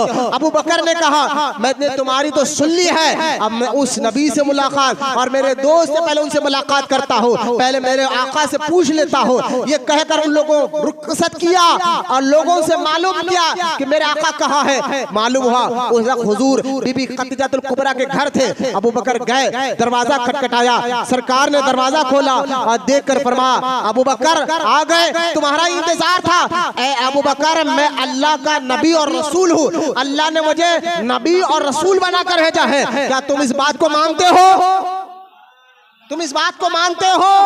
अब गौर फरमाइए, इस बात को मानते हो तो मेरे आका सल्लल्लाहु ताला अलैहि वसल्लम के कहने पर अबू बकर कहने लगे कि आपकी बात तो मैं मानूंगा, लेकिन एक बात बताइए, इसका सबूत और दलील भी तो चाहिए कि आप अल्लाह के नबी और रसूल है। तो आका रहमत कौनैन ने इरशाद फरमाया, ऐ अबू बकर, इसका सबूत और दलील यही है कि यमन में जो पादरी ने तुमसे सवालात किए और जो तुमने उसको जवाब दिए हैं, वो सवाल ये थे, वो जवाब ये थे। अबू बकर कहते हैं आप तो मक्के में, मैं तो यमन में, आपको ये सारी बातें कैसे पता चल गई? फरमाया मेरे रब ने मुझे बताया है। बोलो मोहब्बत से सुभान अल्लाह, और मोहब्बत से बोलिए सुभान अल्लाह। अरे भाई, नबी को दीवार के पीछे कल में ये वहाबी कहते हैं। मैंने कहा कि सारे सीरत की सारी किताबों में लिखा हुआ है कि अबू बकर के इस सारी बात को सरकार मक्के में रहकर बताया है, लिहाजा तुम दीवार के पीछे की बात करते हो। पता नहीं तुम किस नबी का कलमा पढ़ते हो। जिस नबी का हम कलमा पढ़ते हैं वो नबी मोहम्मद रसूलुल्लाह सल्लल्लाहु ताला अलैहि वसल्लम।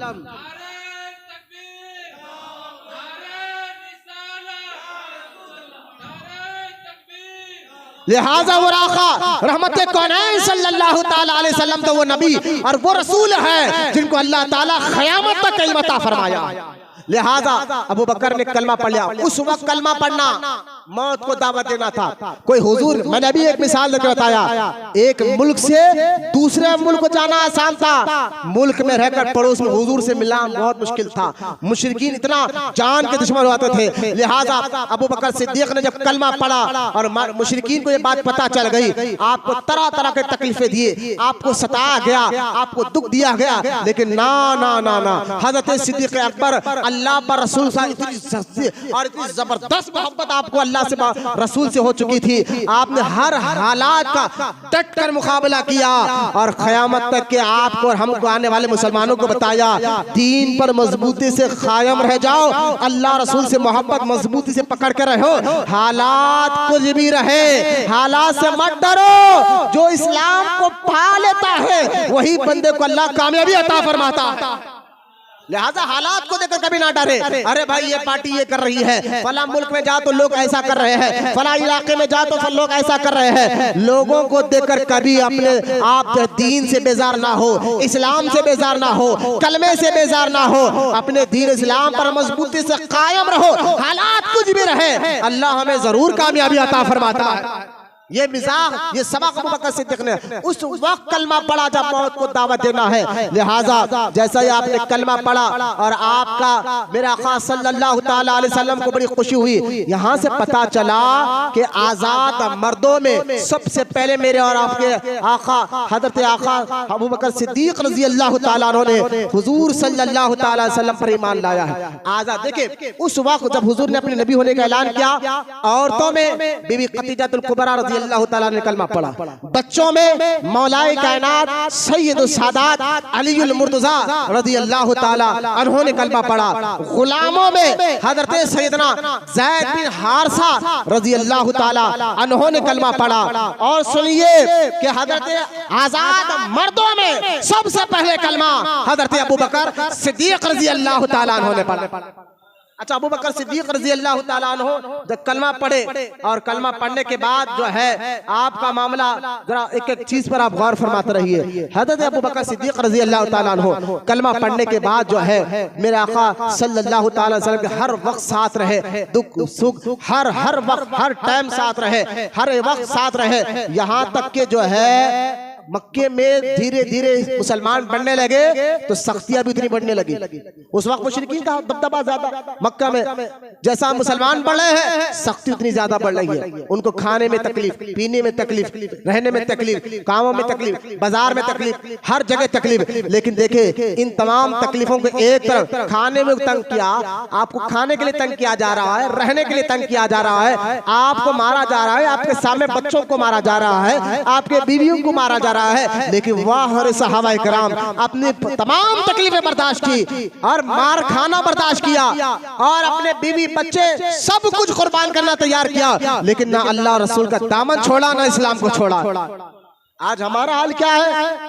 कि हम थोड़ी सी तकलीफ में इस्लाम के खिलाफ बकने शुरू कर, छोड़ो यार इस्लाम पे अमल कर दे, क्या होता है, नमाज पढ़ने से क्या होता है, रोजा रखने से क्या होता है, ये करो कुछ फायदा नहीं होता, शराब पीकर वो बंदा कमा रहा है। अरे भाई थोड़ी सी तकलीफ में आज हम और आप तरह तरह के बातें कर देते हैं। मैं कहता हूँ ये तकलीफें कुछ नहीं थी, जो हुजूर के दौर में सहाबाए किराम ने तमाम तकलीफों को एक तरफ रखा, इस्लाम को सबसे आगे रखा। हज़रत अबू बकर सिद्दीक़ रज़ी अल्लाह ताला अन्हु जब धीरे धीरे मुसलमान, अच्छा हज़रत अबू बकर सिद्दीक़ जब इस्लाम लाया ना, आप इतने अक्लमंद, इतने होशमंद, इतने सच्चे, इतने पाक, इतने पाक थे, हुजूर के बाद सबसे ज्यादा तारीफ आपकी हुआ करती थी। तो आप देखिए जब बीबी खदीजा कुबरा रज़ी अल्लाह ताला अन्हा के पास हुजूर एक मर्तबा आए और आकर कहा कि ऐ मेरे खदीजा, अभी अभी मुझ पर वही आई है अल्लाह ताला की जानिब से, तो अल्लाह का कलाम मुझ पर उतरा है। तो अल्लाह के कलाम की जो कैफियत है, जो दबदबा है, अरे भाई सोचिए अल्लाह का कलाम जब हुजूर पर पहली आयत उतरी तो आप गौर करिए कि अल्लाह के कलाम में क्या तासीर थी। आप समझते हैं बात में कितनी तासीर होती है। एक बंदा कोई बात कर दे हमारे दिलों पर असर नहीं करता, लेकिन कोई अल्लाह का नेक बंदा कुछ बात कर दे, बात दिल पे चुभ जाती है। जिसकी बात में जितना असर दर्द हो तो उसका असर दिल पर होता है। सोचिए मेरा रब का कलाम, अल्लाह का कलाम, उसका असर क्या है। कुरान कहता है लौ अंज़लना हाज़ल कुरआन अला जबलिल, अगर ये अल्लाह का कलाम, अल्लाह का कुरान पहाड़ों पर उतरता तो पहाड़ अल्लाह के खौफ से रेजा रेजा हो जाते। जो कलाम अल्लाह का है ना कुरान, जो कलाम रब ताला का है ना, तो वो कलाम की पावर को अंदाजा करे, पहाड़ पर उतरता। अल्लाह कहता है पहाड़ अल्लाह के खौफ से बुरा बुरा हो जाते। वो कलाम मुस्तफा के सीने पर उतरा है सल्लल्लाहु ताला अलैहि वसल्लम। तो थोड़ी सी बेचैनी होगी, एक कैफियत, एक बेचैनी हो गई। और बीबी खदीजा को आकर फिर आका सल्लल्लाहु ताला अलैहि वसल्लम फरमा, खदीजा जो कलाम की कैफियत है ना, मैं तुम्हें बता नहीं सकता उसकी कैफियत क्या है, उसकी बेचैनी क्या है। मेरे आका बीबी खदीजा रज़ी अल्लाह ताला अन्हा फरमाती है, या रसूल अल्लाह आप घबराइए नहीं, अल्लाह आपको जाया नहीं करेगा। जरा सुनिए मैं एक बात कह रहा हूँ, अल्लाह आपको जाया नहीं करेगा। कहा क्या बात है। कहा खदीजा, बीबी खदीजा कहती है कि या रसूल अल्लाह आप कमजोरों की मदद करते हैं, आपकी आदत ऐसी है आप कमजोरों की मदद करते हैं, आप यतीम और बेवाओं की मदद करते हैं, आप मेहमान नवाज है, बड़ों का अदब, छोटों की इज्जत करते हैं। ऐसे लोगों को अल्लाह जाया नहीं करता, ऐसे लोगों को अल्लाह जाया नहीं करता। आप कह रहे हो कि मौलाना अबू बकर सिद्दीक की बात करते करते यहाँ ये क्या बात समझाना चाह रहे हैं। समझाना ये चाहता हो जब मोहब्बत अल्लाह से रसूल से मजबूत हो जाए और रंग बढ़ जाए, इश्क का मोहब्बत बढ़ जाए अल्लाह रसूल से और बढ़ जाए, इस हद तक बढ़ जाए तो फिर तबीयत में आ जाती है, मिजाज में ढल जाती है, आका और गुलाम में मिजाज एक हो जाती है, आका और गुलाम की तबीयत एक हो जाती है। मेरे आका की मिजाज आपने सुन ली, बीबी खदीजा क्या करे, अल्लाह आपको जाया नहीं करेगा, क्योंकि आप वो है कमजोरों की मदद करते हैं, आप वो है गरीबों की मदद करते हैं, आप वो है बड़े मेहमान नवाज है, आप वो है जो मेहमानों की इज्जत करते हैं, आप वो है जो बड़ों का अदब करते हैं, आप वो है जो छोटों की इज्जत करते हैं। अल्लाह आपको जाया नहीं करेगा। लेकिन बात आ गई अबू बकर की। अबू बकर को अल्लाह से, उसके रसूल से ऐसी मोहब्बत हो गई थी, मोहब्बत कदर बढ़ गई, मिजाज बन गई, आदत बन गई, अखलाक बन गए। जो आका के अखलाक थे वो गुलाम के अंदर आ गए, जो आका की मिजाज थी वो गुलाम के अंदर आ गई, जो आका का सोच थी वो गुलाम के अंदर आ गई। यही बात है कि हज़रत अबू बकर सिद्दीक रज़ी अल्लाह ताला अन्हो के अंदर कैसे आ गई है। आप देखिए अबू बकर सिद्दीक ने जब देखा मक्के में ईमान बचाना बड़ा मुश्किल है, मक्के में अल्लाह की इबादत करना बड़ा मुश्किल है, मक्के में हुजूर के साथ रहना बड़ा मुश्किल है। हज़रत अबू बकर सिद्दीक आ गए हुजूर की बारगाह में अर्ज करते, या रसूल अल्लाह मक्के में रहकर कलमा पढ़ना मुश्किल हो गया है, मक्के में रहकर अल्लाह की इबादत करना मुश्किल हो गया है। आका आप मुझे इजाजत दे, मैं मक्का छोड़कर किसी दूसरे मुल्क पर जाऊं और जाकर वहां अल्लाह की इबादत करूं, जहां मुझे कोई टोकने वाला ना हो, कोई रोकने वाला ना हो, कोई तकलीफ देने वाला ना हो। अल्लाह के रसूल सल्लल्लाहु ताला अलैहि वसल्लम ने कहा, ऐ अबू बकर इजाजत है, तुम जाओ, अभी मुझे रब का इजाजत नहीं हुआ है, मैं तो मक्का में रहूंगा, तुम जा सकते हो, दूसरे मुल्क में जाओ। अबू बकर सिद्दीक हुजूर से इजाजत लेकर मक्का छोड़कर जाने लगे। लेकिन खुदा को पसंद था अबू बकर मक्के ही में रहे, खुदा को मंजूर था अबू बकर मक्का में ही रहे, खुदा को मंजूर था अबू बकर अगर मक्के से जाएगा तो अकेला नहीं हुजूर के साथ जाएगा।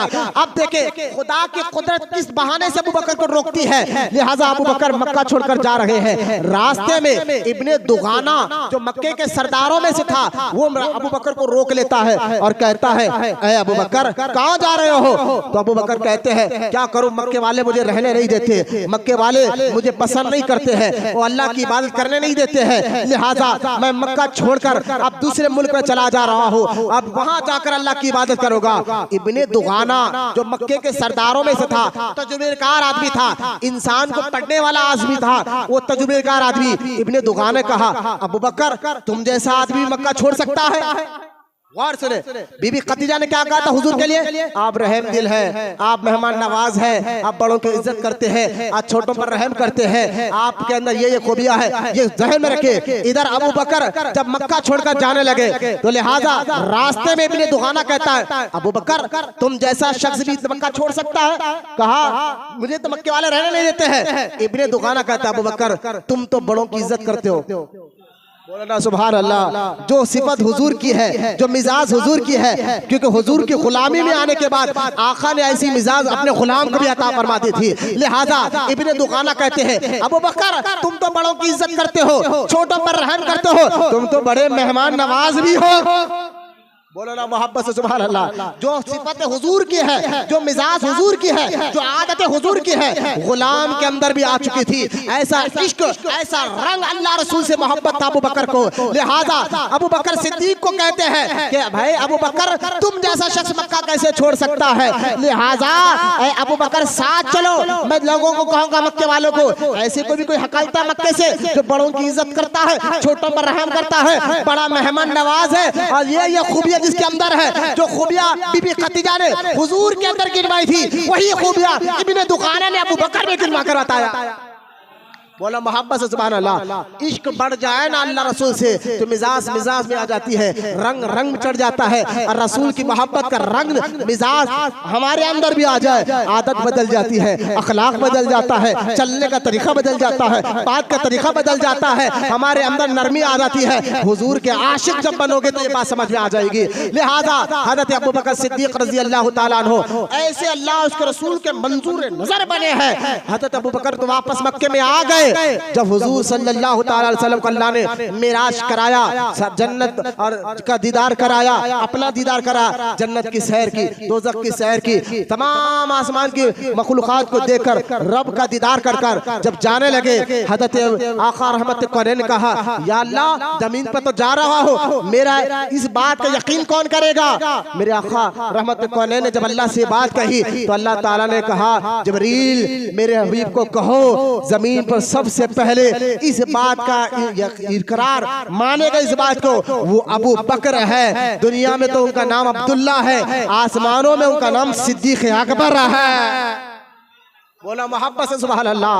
हज़रत अबू बकर सिद्दीक जब आप मेरे आका जमीन पर तशरीफ लेकर आए, मक्के वालों को जब ये ऐलान कहा, मक्के वालों अल्लाह ने मुझे एक रात के छोटे से हिस्से में मक्के से फलस्तीन, फलस्तीन से आसमान और अपना दीदार कराकर रात के थोड़े से हिस्से में वापस जमीन पर भेज दिया। तो सारे मक्के के लोग हंसने लगे, ऐसे कैसे हो सकता है? बात जरा समझिए आप, मक्के के लोग हंसने लगे क्यों भाई? आप देखिए, अगर मैं आपको यहाँ बैठे बैठे एक बात कहूँ कि आप देख रहे मैं अभी 10 मिनट के अंदर अमेरिका गया और आया, मैं आपको ये दावा कर दूं बैठे बैठे अभी 10 मिनट के अंदर, सिर्फ समझाने के लिए 10 मिनट के अंदर अमेरिका गया और आया, तो आप कहेंगे मौलाना कैसे हो सकता है? 10 मिनट के अंदर कैसे आप जाकर आ सकते हैं, जाना और आना? क्योंकि अमेरिका हमारे पड़ोस में नहीं है, प्लेन में भी 18 घंटे लग जाते हैं, प्लेन में भी 18 घंटे लग जाते हैं, लिहाजा आप 10 मिनट में जाके कैसे आ सकते हैं? यकीनन हाँ, ख्वाब की बात होती तो अलग बात है, आप कह रहे मैं जाकर आया, तो ये बात मिसाल मैं इसलिए दे रहा हूँ, हुजूर सल्लल्लाहु अलैहि वसल्लम ने मक्के वालों को ये नहीं कहा था मैंने ख्वाब में जाकर आया, बल्कि कह रहे कि मैं अभी जाकर आया। अभी जाकर आया, मैंने हरम भी देखा, मक्का से जो है फलस्तीन भी गया, मस्जिद अक्सा भी देखा, आसमाना भी देखे, जन्नत भी देखा, दोज़ख भी देखा, रब का दीदार भी किया, वापस भी आया। तो सारे मक्के के लोग कहते हैं अरे भाई मक्के से फलस्तीन जाने का उस दौर में सफर 6 महीने का था। कितने महीने का था?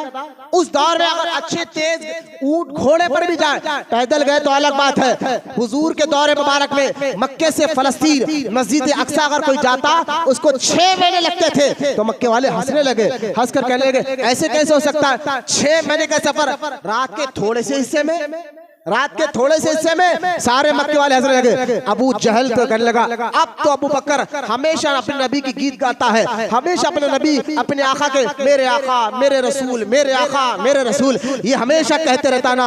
अब तो अबू बकर को भी ये बात माननी पड़ेगी कि इनका आका, इनका नबी, इनका रसूल माज़अल्लाह झूठा है। ये कहकर अबू जहल अबू बकर को ढूंढता ढूंढता अबू बकर के घर गया और जाकर कहने लगा, अब देख उस दौर की बात थी ना, उस दौर के हिसाब से कहने लगा ऐ अबू बकर, अगर तुम्हारे सामने कोई आकर ये बात कहे कि थोड़े से हिस्से में, थोड़े से टाइम में मैं मस्जिद हरम से मस्जिद अक्सा तक जाकर आया हूँ, क्या तुम इस बात को मानोगे? क्या इस बात की तस्दीक करोगे? तुम इस बात का यकीन करोगे? क्योंकि अबू जहल बोलने लगा अबू बकर तुम भी जानते हो मक्के से मस्जिद अक्सा का सफर 6 महीने का है, लेकिन कोई आकर कहे थोड़े से हिस्से में मैं जाकर आया, थोड़े से वक्त में जाकर आया, क्या बात मानोगे? तो अबू जहल अबू बकर से कहने लगा अब बोलो मानोगे? अबू बकर सिद्दीक ने कहा पहले ये बताओ ये बात कही किसने है?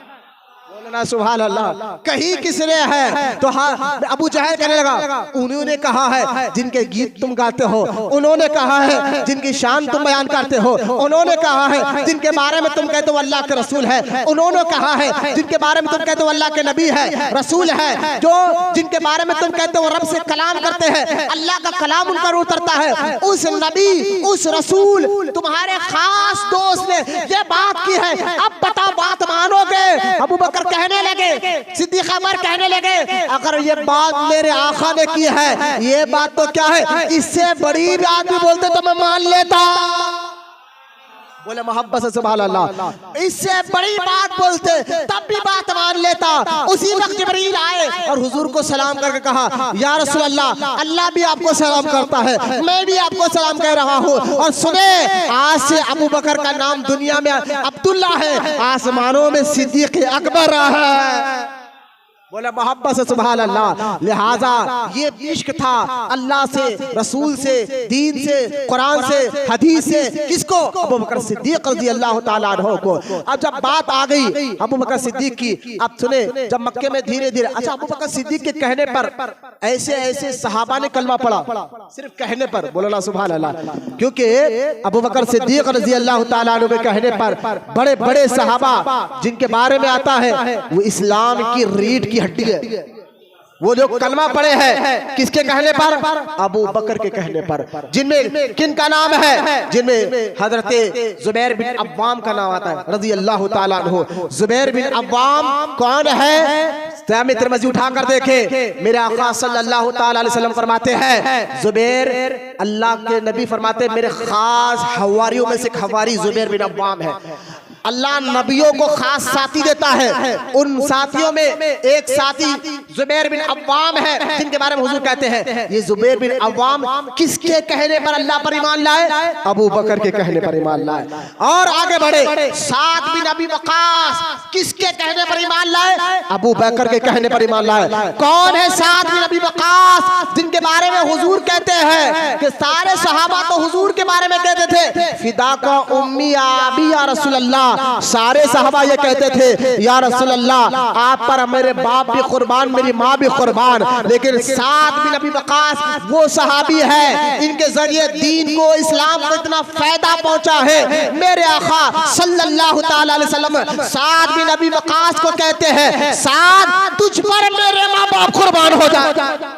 वो साद बिन अबी वक्कास कौन है? ये अबू बकर के कहने पर ईमान लाए। जुबैर बिन अवाम कौन है? ये अबू बकर के कहने पर ईमान लाए। अब्दुर्रहमान इब्न औफ कौन है? ये अबू बकर के कहने पर ईमान लाए। अरे ज़िन्नूरैन उस्मान गनी जिनको देखकर फरिश्ते शर्माते थे, वो ज़िन्नूरैन, वो उस्मान गनी किसके कहने पर ईमान लाए? अबू बकर के कहने पर ईमान लेकर आए।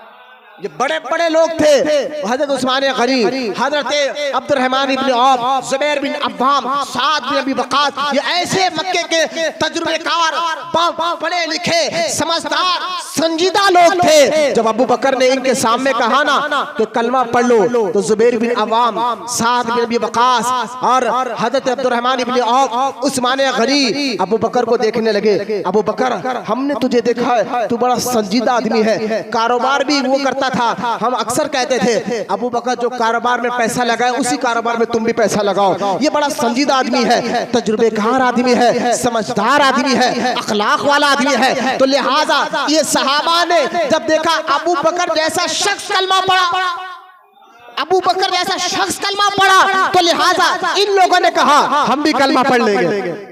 ये वो लोग थे रीढ़ की हड्डी दीन की, जिनके जरिए इस्लाम को बहुत फायदा पहुंचा है। वो लोग कौन है? Saad bin Abi Waqqas, Abdurrahman ibn Auf, Usman Ghani, ये वो लोग हैं जो अबू बकर के कहने पर कलमा पढ़ लगे।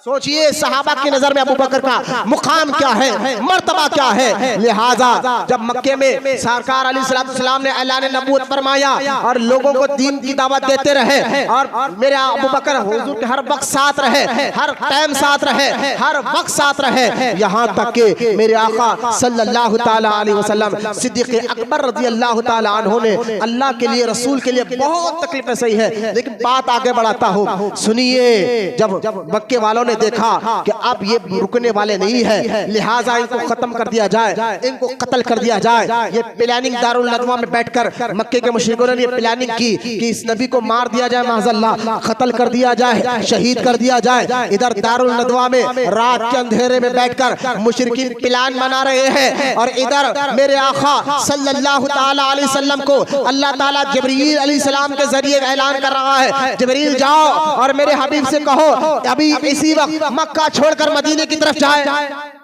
लिहाजा जिब्रील अलैहिस्सलाम आए, कहा हुजूर आप मक्का छोड़ दीजिए और मदीने शरीफ की तरफ चले जाइए। लिहाजा तब जो फरमाए एक एक बात पर बेचैनी को खत्म करे, खुदा के वास्ते खत्म करे। आप अपने दिल कलेजे को मजबूत करें, ईमान अकीदे को मजबूत करें। सिद्दीक़ अकबर की मोहब्बत पर गौर करें, अल्लाह से, रसूल से, दीन से ऐसी मोहब्बत थी। हजरत अबू बकर को हुजूर ने फरमाया था, अबू बकर तुम मक्का छोड़कर मत जाओ, हो ना हो अल्लाह जब इजाजत देगा मुझे मक्का छोड़ने की और किसी को साथ लेकर जाऊंगा वो तुम होगे। हजरत अबू बकर कहते हैं जब से हुजूर ने कहा ना जब मक्का छोड़कर हिजरत करने जाऊंगा, हिजरत के लिए जाऊंगा सिद्दीक़ अकबर से कि मैं तुम्हें साथ लेकर जाऊंगा। अम्मा आयशा सिद्दीक़ा रज़ियल्लाहु ताला अन्हा कहती है कि जब मक्के में हम थे ना, कौन है अम्मा आयशा सिद्दीक़ा? हुजूर की मुक़द्दस बीवी, अबू बकर सिद्दीक़ की मुक़द्दस बेटी, जिनके बारे में कुरान में सूरह नूर में अल्लाह ताला ने जिनकी पाकी के लिए 18 आयत उतारी है। बोलो ना मोहब्बत से सुभान अल्लाह। सूरह नूर में जिनके लिए अल्लाह ताला ने 18 आयत उतारी है, वो अम्मा आयशा सिद्दीक़ा कहती है जब हम मक्के में थे ना, हुजूर हमारे घर आना जाना इतना था, बोलो ना सुभान अल्लाह।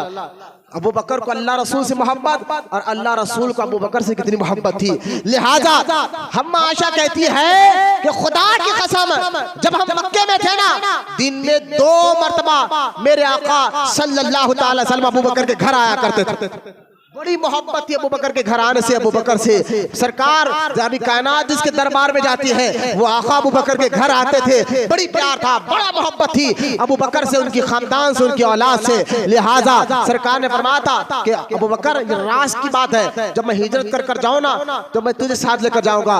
अम्मा आयशा कहती है उस वक्त से मेरे वालिद रातों में सोए नहीं, बस कब मेरे आका आ जाए, कब जाने का हुक्म बन जाए पता नहीं। लिहाजा इधर जिब्रील अलैहिस्सलाम ने कहा हुजूर अब मक्का छोड़िए। सरकार ने अपने मौला अली को बुलाया। अली, मौला अली से फरमाया अली मेरे बिस्तर पे आराम करो, कल सुबह जब उठोगे लोगों को पैसे बांटना और बांट कर अमानतें वापस देकर जो जो अमानतें लोगों ने मुझ पर रखा है उनकी अमानतें उन तक वापस कर देना। सुबह तुम भी मदीने की तरफ निकल जाना। हजरत अली रजी अल्लाह तआला अन्हु बिस्तर पर लेट गए। सरकार जब बाहर निकले, सोचिए हुजूर के घर को मुशरिकीन घेरे हुए, 70 लोग लंगी तलवारें लिए घेरे हुए हैं। जैसा हुजूर बाहर निकले 70 लोग मिलकर हमला करे और शहीद कर दे। इधर सरकार को मारने की प्लानिंग हो रही है। मेरे आका यासीन पढ़ते हुए बाहर निकले और आपने मट्टी का एक मुट्ठी मट्टी ली और फेंका तो सारे लोग वहां गुलदगी में आ गए। मेरे आका वहां से निकले। इधर मौला अली आराम कर रहे हैं। मेरे आका वहां से निकले और निकल कर जैसा सिद्दीक रात का हिस्सा है, सिद्दीक अकबर के दरवाजे पर खटका मारा। अरे भाई आप हम भी आधी रात को अगर किसी के घर पर चले जाए, दरवाजा खटखटाए, खोलने में थोड़ा टाइम तो लगेगा ना, थोड़ा वक्त तो लगेगा ना। आधी रात को बंदा आराम कर रहा है, सो रहा है, गहरी नींद में होता है, पता नहीं एक खटके में खोले, 2 खटके में खोले, 3 में, 4 में, 5 में, कभी 15 मिनट, कभी 20 मिनट ठहरना पड़ता है। लेकिन मेरे आका ने जैसा अबू बकर के दरवाजे पर दस्तक दी, फौरन सिद्दीक अकबर ने दरवाजा खोला। बोलो ना सुभान अल्लाह। कैसी तलब थी। कहा सिद्दीक अकबर ने फौरन दरवाजा खोला और खोल कर कहा या रसूल अल्लाह, अल्लाह ने इजाजत दे दी, अल्लाह ने इजाजत दे दी। कहा हाँ अबू बकर अल्लाह ने इजाजत दे दी है। मैं तुझे कुछ खास बातें बताना चाहता हूँ। घर में चल, घर में बैठ रहे, क्योंकि हिजरत की बात है भाई, ये राज की बात है। नबी छोड़कर मक्का जा रहे हैं तो राज की बात ये है, हिजरत की बात ये है। दुरूद शरीफ पढ़े, अल्लाहुम्मा सल्ली अला सय्यिदिना मुहम्मद व अला सल्लम। पीछे बैठा दो बेटा, पीछे बैठाओ। ये कुरान हदीस की बातें हैं, गौर से सुने। लिहाजा राज की बात ये है, नबी कोई खास बात बता रहे तो उसको राज में रखा जाता है। लिहाजा सरकार अबू बकर सिद्दीक के घर में गए और जाकर कहा अबू बकर हमें चलना है। कहा आका क्या बात कर रहा है? कहा कुछ राज बात है, कोई है तो हटा। कहा अपनी बेटी को कहा तुम बाहर जाओ। लिहाजा जब ये बाहर जाने कह रहे थे ना तो हजरत आका रहमत को ने फरमाया अबू बकर किसको हटा रहा है? कहा ये मेरी बेटी है, ये मेरी बीवी है, मेरा गुलाम है। कहा नहीं ये तेरी बीवी बच्चों पर मुझे पर भरोसा जैसा तुझ पर भरोसा, रहने दे इनको। बोलो मोहब्बत से सुभान अल्लाह। कैसा सारा का सारा घराना अल्लाह उसके रसूल पर फिदा था। लिहाजा अबू बकर से सरकार ने कहा ए अबू बकर अल्लाह ने इजाजत दे दी है। इतना सुनना था ना, अबू बकर की सिद्दीक की आंखों से खुशी के आंसू बहने लगे। किसके आंसू? खुशी के आंसू। अम्मा आयशा सिद्दीका कहती है मैं सुनती थी कि लोग खुशी में भी रोते, लेकिन आज देखी जब मेरे वालिद को देखा मैंने, खुशी के आंसू जारी हुए। कहा या रसूल अल्लाह मैं तो इसी के इंतजार में था, इसी के इंतजार में था। लिहाजा मेरे आका सल्लल्लाहु अलैहि वसल्लम ने सिद्दीक अकबर को साथ लिया और सीधा मक्का छोड़कर जब मक्के के बाहर निकले, चलते चलते सुबह का वक्त हुआ। गारे सौर, आज भी लोग जो हज के लिए गए, उम्रे के लिए गए हैं, गारे सौर को देखिए, जमीन से ऊपर पहाड़ तक 5000 फीट की ऊंचाई। कितने हजार? 5000 फीट की ऊंचाई, और उस ऊंचाई के ऊपर जो है गार है, उसको गारे सौर कहा जाता है।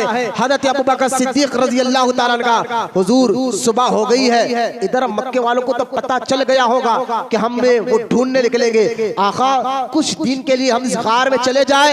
कहा ठीक है अबू बकर, लेकिन आका एक काम करिए, अगर हम दोनों पैदल चलते हुए जाए तो अरब के दुश्मन इतने खतरनाक है, पैरों के निशान से हमें पहचान लेंगे ये अबू बकर के है, ये वो हुजूर के निशान है, पैरों के निशान। हाँ पहले के लोग सिर्फ उजाले को देखकर टाइम बता दिया करते थे।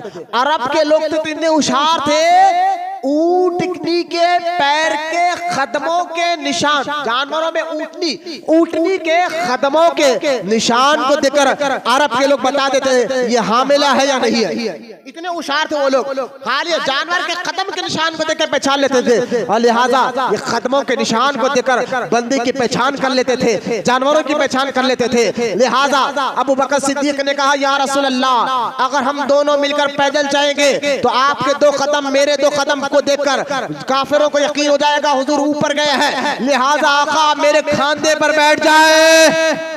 हाय हाय मोहब्बत देखे अल्लाह रसूल से। आप मेरे खामदे पे बैठ जाए, मैं आपको अपने ऊपर बिठा कर ले जाऊंगा। आका रहमत कौनैन ने अबू बकर के खामदों पर बैठ गए। 1000 2000 फीट नहीं, 5000 फीट की ऊंचाई पर गारे सौर है। अबू बकर नबी को उठा कर ले जा रहे हैं। क्या इश्क है अल्लाह से, रसूल से। ऐसे लोगों को देखकर आज भी हमारा ईमान और अकीदा मजबूत होता है। हज़रत अबू बकर सिद्दीक ऊपर लेकर गए और गार की तरफ पहुंचे। और जब गार की तरफ पहुंचे तो कहा आका एक काम करिए, पहले आप यहाँ ठहरिए, रात का हिस्सा है, आप सोचिए रात का हिस्सा जंगल का इलाका, और जंगल के इलाके में आधी रात का हिस्सा, रात का एक हिस्सा आया है, और वैसे टाइम में अंधेरा कितना होगा। गार तक पहुंचे तो सोचिए रास्ता नजर नहीं आ रहा है। गार तक पहुंचे तो गार के अंदर कितना अंधेरा होगा, और उस गार के अंदर क्या जानवर हो सकते हैं, कीड़े मकोड़े के अलावा सांप बिच्छू हो सकते हैं। अबू बकर सिद्दीक ने कहा या रसूल अल्लाह, गार में पहले आप नहीं जाएंगे, आपका गुलाम जाएगा। आप बाहर ठहरे, पहले मैं जाऊंगा, और गार को साफ करने के बाद आपका आवाज दो, तब आप अंदर तशरीफ लेकर आ जाए। ये कहकर मौत का डर नहीं है, जान का डर नहीं है। अरे मैं अंदर जाऊंगा तो कोई जानवर मार सकता है, ना ना कुछ डर नहीं है। हज़रत अबू बकर सिद्दीक रज़ी अल्लाह ताला अन्हु अंदर जाते हैं, गार को साफ करते हैं, और सारा गार साफ करने के बाद एक सुराख थे, कई सुराखों को कपड़े से बंद किया। सारे सुराखों को बंद करने के बाद एक सुराख खाली रह गया, कपड़ा बचा नहीं। हज़रत अबू बकर ने अपने पैर की एड़ी सुराख के मुंह पर रख दी और हुजूर को कहा या रसूल अल्लाह, आप भी अंदर तशरीफ लेकर आइए। मेरे आका अंदर गए और अबू बकर के मांडी पे सर रख कर लेट गए। यहाँ पर सोफिया एक बात बताते हैं, यहाँ पर औलिया अल्लाह एक बात बताते हैं, यहाँ पर बुजुर्गान दीन एक बात बताते हैं। इस वाक़े से एक बात समझ में आ गई, हुजूर की मोहब्बत उसी के दिल में आती है जिसके दिल को अबू बकर साफ कर देते हैं, जिसके दिल को अबू बकर साफ कर देते हैं। जिसके दिल में अबू बकर की मोहब्बत हो, सहल बैत की सहाबा की मोहब्बत हो, उसी के दिल में हुजूर की मोहब्बत आती है। कौन उठ रहा, कौन जा रहा, इधर मत देखिए, तवज्जो फरमाइए एक एक बात पर। मैं आपको कुछ अहम बातें बताना चाहता हूँ। हज़रत अबू बकर सिद्दीक रज़ी अल्लाह ताला अन्हु गार में गए, सरकार अंदर आए, अबू बकर सिद्दीक के मांडी पर सर रख कर लेट गए। इधर मक्के में सुबह जब हो गई, अरब के काफिरों को मालूम हुआ कि भाई हुजूर के कमरे में अली है, मौला अली, तो मौला अली है। अबू जहल को ये बात मालूम हो गई, उतबा शैबा को जब ये बात मालूम हो गई कि हुजूर कमरे में नहीं, मौला अली उस जगह मौजूद है, तो हज़रत अबू बकर अबू जहल अरब का बड़ा खतरनाक गुंडा अबू जहल जब सुना कि हाँ हुजूर अपने कमरे में नहीं है, उसका दिमाग सीधा अबू बकर के घर पर गया।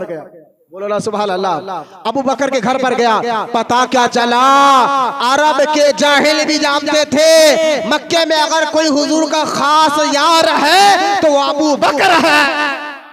लिहाजा हज़रत सिद्दीक़ अकबर रज़ी अल्लाह ताला अन्हु के घर अबू जहल गया, दरवाजा खटखटाया, तब जो फरमाया कैसे वफादार लोग थे वो अल्लाह रसूल से मोहब्बत करने वाले। अरे भाई अबू जहल का किसी के घर पे जाना कोई आम बात नहीं थी, कोई ऐसी बात नहीं थी। उसकी एक मिसाल देकर मैं बताता हूँ। अगर आपके इलाके के मशहूर रौडी, मशहूर पहलवान, गलीस, कज़्ज़ाब, झूठा, जिसको देखकर लोग डरते हो, कांपते हो, वो शख्स अचानक आपके घर पर आ जाए तो आप तो परेशान हो जाएंगे। ऐसा गलीस आदमी मेरे घर, ऐसा बदनाम आदमी मेरे घर, ऐसा कमीना आदमी मेरे घर।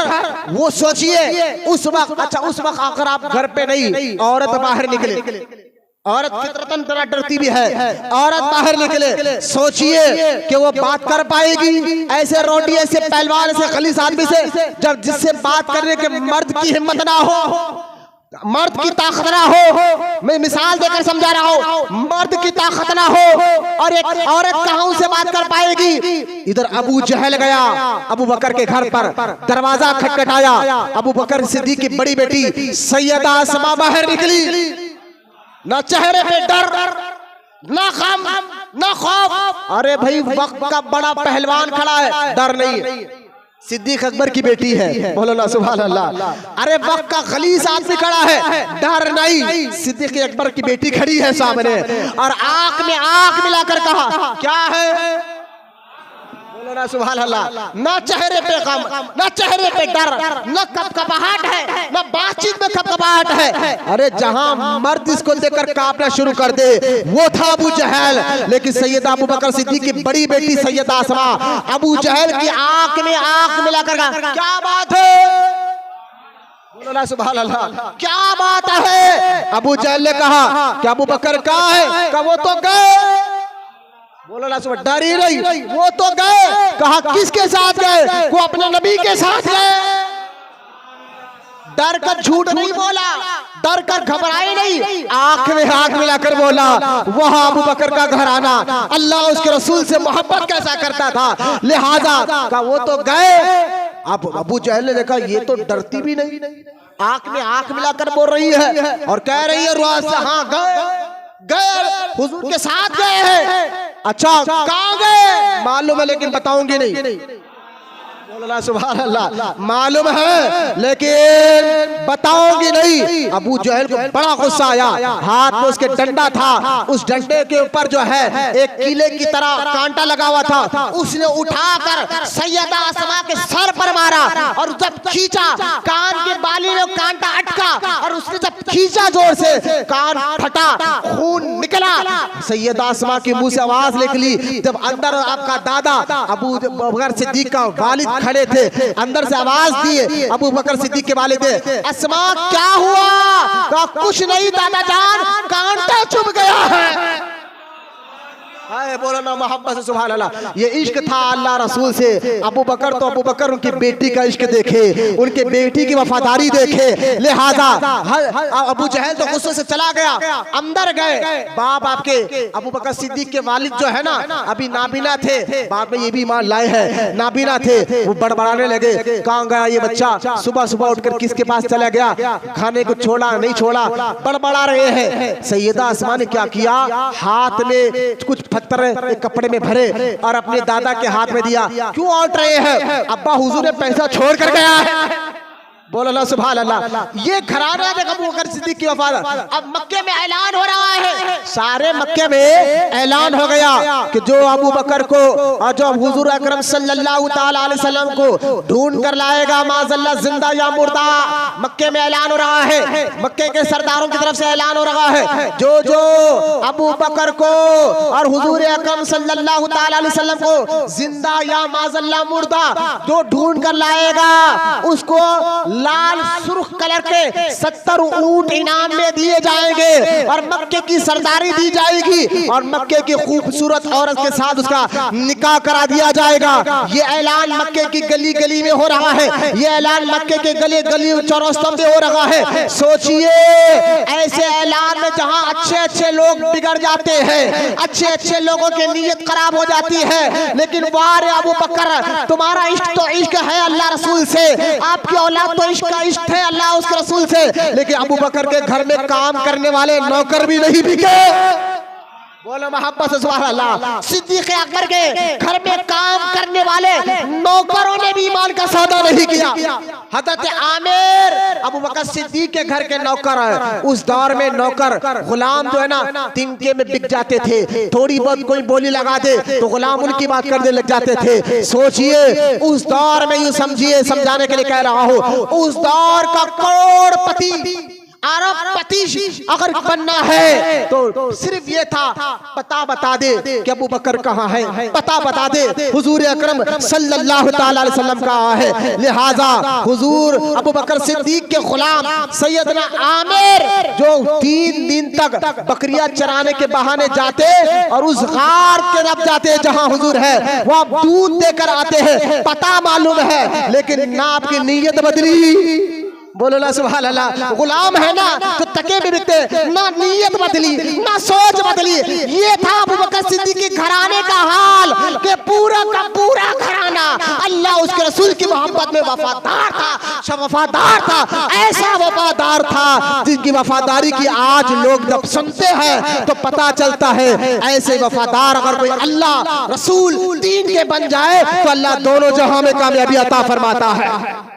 ना नौकर बिगड़ा, ना बेटियों ने सच बताया, 3 दिन। और इधर गार में अबू बकर भी अपनी वफादारी पेश कर रहे हैं। 3 दिन है, अचानक काफिरों के ढूंढते ढूंढते उस पहाड़ के करीब आ गए। अबू बकर सिद्दीक रजी अल्लाह ताला अन्हु घबराए, बेचैन हुए।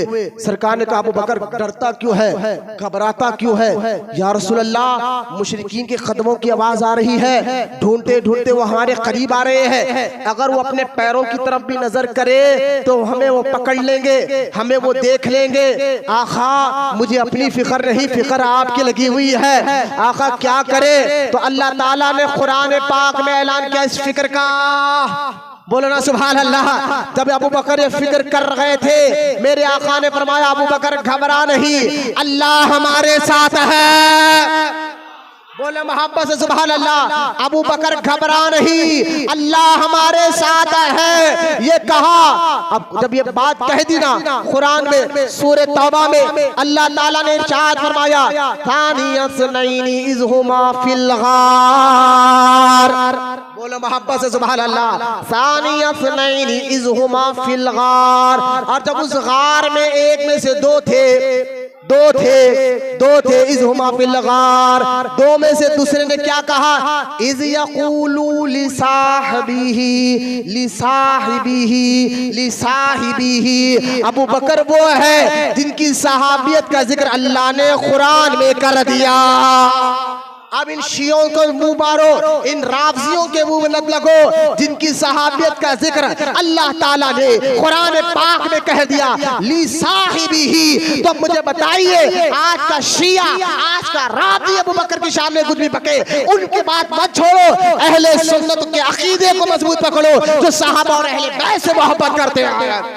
लिहाजा अबू बकर सिद्दीक की सहाबियत तो कुरान से साबित है। अल्लाह कुरान में कहता है इज़ यक़ूलू लिसाहिबिही, उनके साथ वाले सहाबी ने कहा या रसूल अल्लाह, अगर मक्के के लोग मुशरिकीन हमारे पैरों पे भी, अपने पैरों पे भी नजर रखे, हमें गार में वो देख लेंगे, वो घबराने लगे, वो परेशान होने लगे, तो अल्लाह ताला ने कुरान पाक में कहा कि मेरे महबूब ने कहा ला तहज़न, अबू बकर घबरा नहीं, अबू बकर डर नहीं, अबू बकर परेशान मत हो, इन्नल्लाह माअना, अल्लाह हमारे साथ है।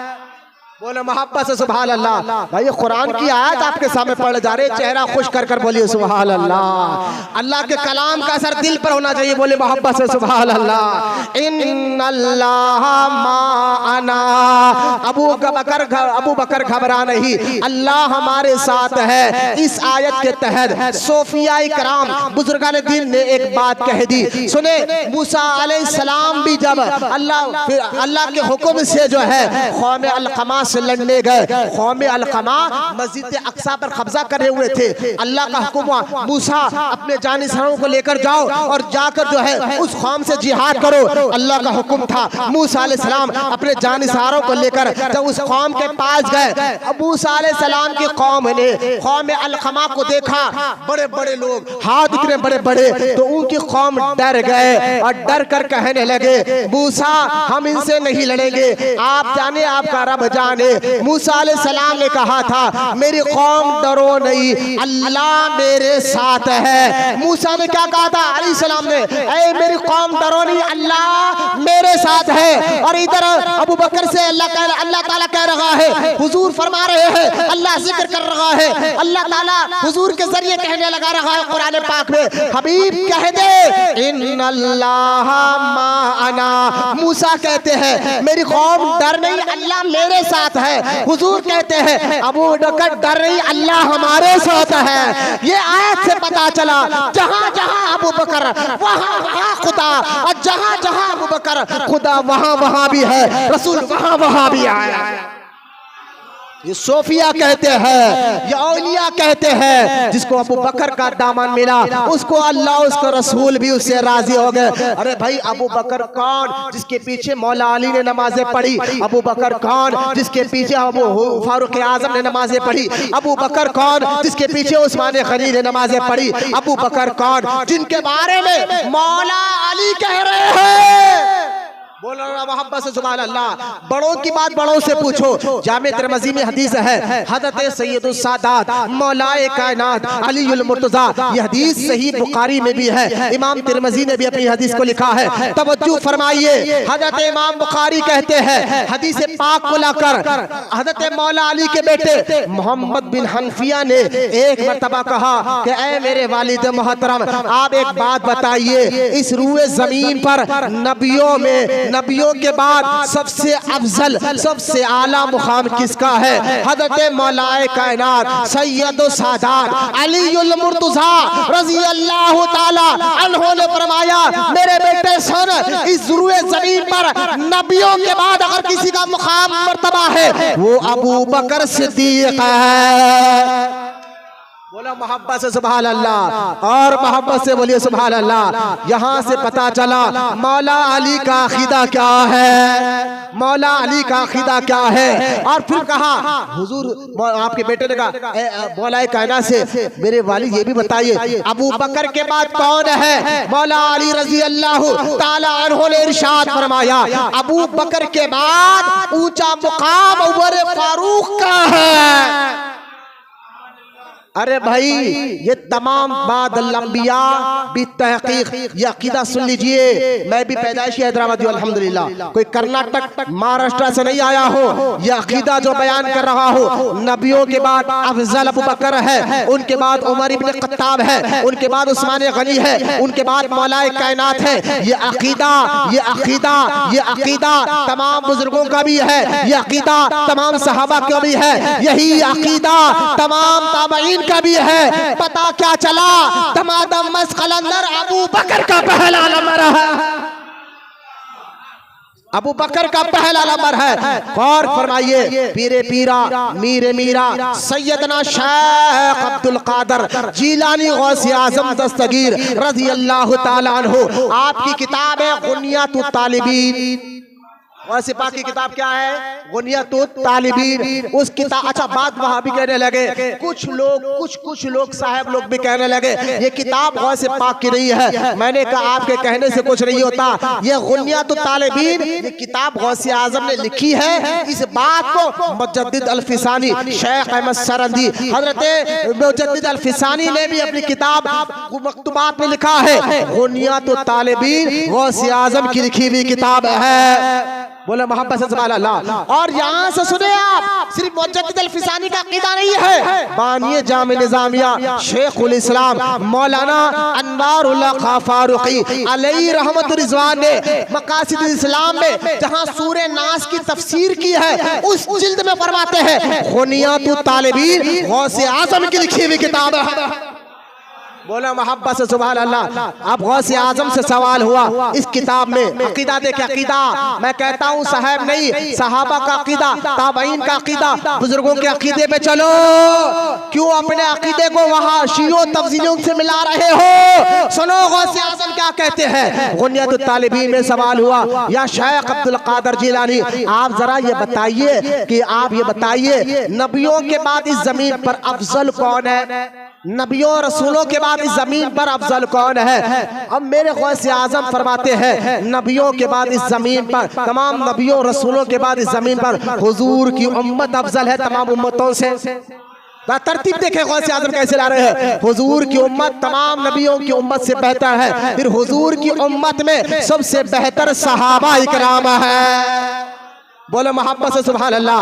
और सहाबा में गौसे आजम कह रहे हैं, सहाबा में ये चारों खुलफा अबू बकर, उमर, उस्मान और अली, ये चारों का जो मुकाम है किसी और सहाबी का नहीं है।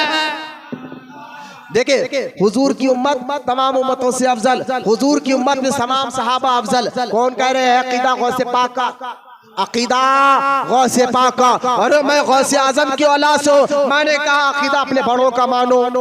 क्यों लोगों के अकीदे को बिगाड़ रहे हो? जो अकीदा गौसे आजम ने दिया है उस अकीदे को मानो और अपने मुरीदों को वही अकीदा सिखाओ जो गौसे आजम ने अकीदा सिखाया है। दीन कुरान हदीस से चलता है। खानदान नसब बाद में है, ईमान पहले है, अकीदा पहले है, कुरान पहले है, हदीस पहले है, खानदान बाद में है, सैयद होना बाद में है, नसब बाद में है, ईमान पहले है, अकीदा पहले है। जो अकीदा बुजुर्गों का है वो अकीदा सिखाओ। साहेब अपनी बातें बिगाड़ कर न बताओ। गौसे आजम का अकीदा देखो। गौसे आजम फरमाते रज़ी अल्लाह ताला अन्हु, आप फरमाते हैं इस उम्मत में सबसे अफजल हुजूर की उम्मत है। तमाम नबियों से हुजूर की उम्मत अफजल है। हुजूर की उम्मत में सहाबा अफजल है। सहाबा में 4 खुलफा, बोलो ना मोहब्बत से। नबियों रसूलों के बाद जो सहाबा में 4 खुलफा, इनका मुकाम मर्तबा किसी के पास नहीं। गौसे आजम से पूछेगा हुजूर इन 4 में भी कोई पहले है? तो गौसे आजम ने अकीदा लिखा और बताया इन 4 में पहला नंबर अबू बकर का है, दूसरा नंबर उमर फारूक का है, तीसरा नंबर उस्मान गनी का है, चौथा नंबर सैयद सादात मौलाए कायनात अलीउल मुर्तजा का है। बोला मोहब्बत से सुभान अल्लाह। आज खवाल भी थोड़ा दमक कर कहता है दमादम बस कलंदर अली का पहला नंबर। मैंने खामोश रहे। अकीदा तेरे खवालों से नहीं सीखा जाएगा।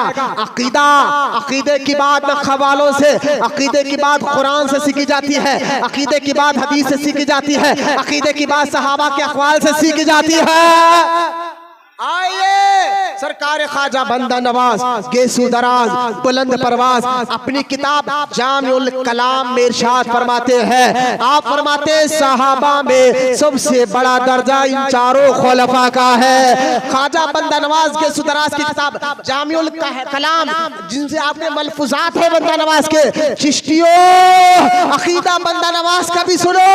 जिन्होंने 105 किताबें लिखी वो बंदा नवाज, जिन्होंने कुरान तफसीर लिखी वो बंदा नवाज, जिन्होंने कुरान की बातिनी तफसीर लिखकर बिस्मिल्लाह के माने में अल्लाह रसूल के इश्क मोहब्बत के राज को खोलकर बताया वो बंदा नवाज। अरे जो बंदा नवाज वो है जहां औरंगजेब भी जाता है तो कहता है नीस्त काबाए दर दक्कन चुस दर गए गेसू दराज बादशाह है तेरी दुनिया ताबत बंदा नवाज।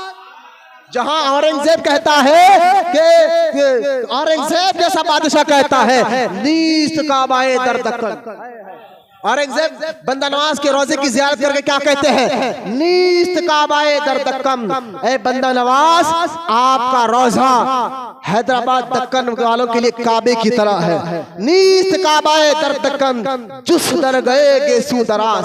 बोलो सुभान अल्लाह, बोलिए मोहब्बत से सुभान अल्लाह। चुस दर गए गेसू दरबाज। फिर कहता है बादशाह है तीनों दुनिया। बंदा नवाज आपकी बादशाह क्या है? बादशाह है तीनों दुनिया। मैं भी बादशाह हूँ, आप भी बादशाह हैं, दोनों में फर्क ये है। औरंगजेब कहते हैं मेरी बादशाह तो एक बार खत्म हो जाएगी, एक बार खत्म हो जाएगी। जब मैं तक जिंदा हूँ, जब जाऊंगा मेरी बादशाह खत्म हो जाएगी। लेकिन औरंगजेब कहते हैं कि तीस काबाए दर दरगंद चुस दर गए गेसू दरदार बादशाह है तीनों दुनिया। ए बंदा नवाज मेरी बादशाह तो खत्म होने वाली है, ताबत बंदा नवाज तुम्हारी बादशाह तो क़यामत तक चलने वाली है।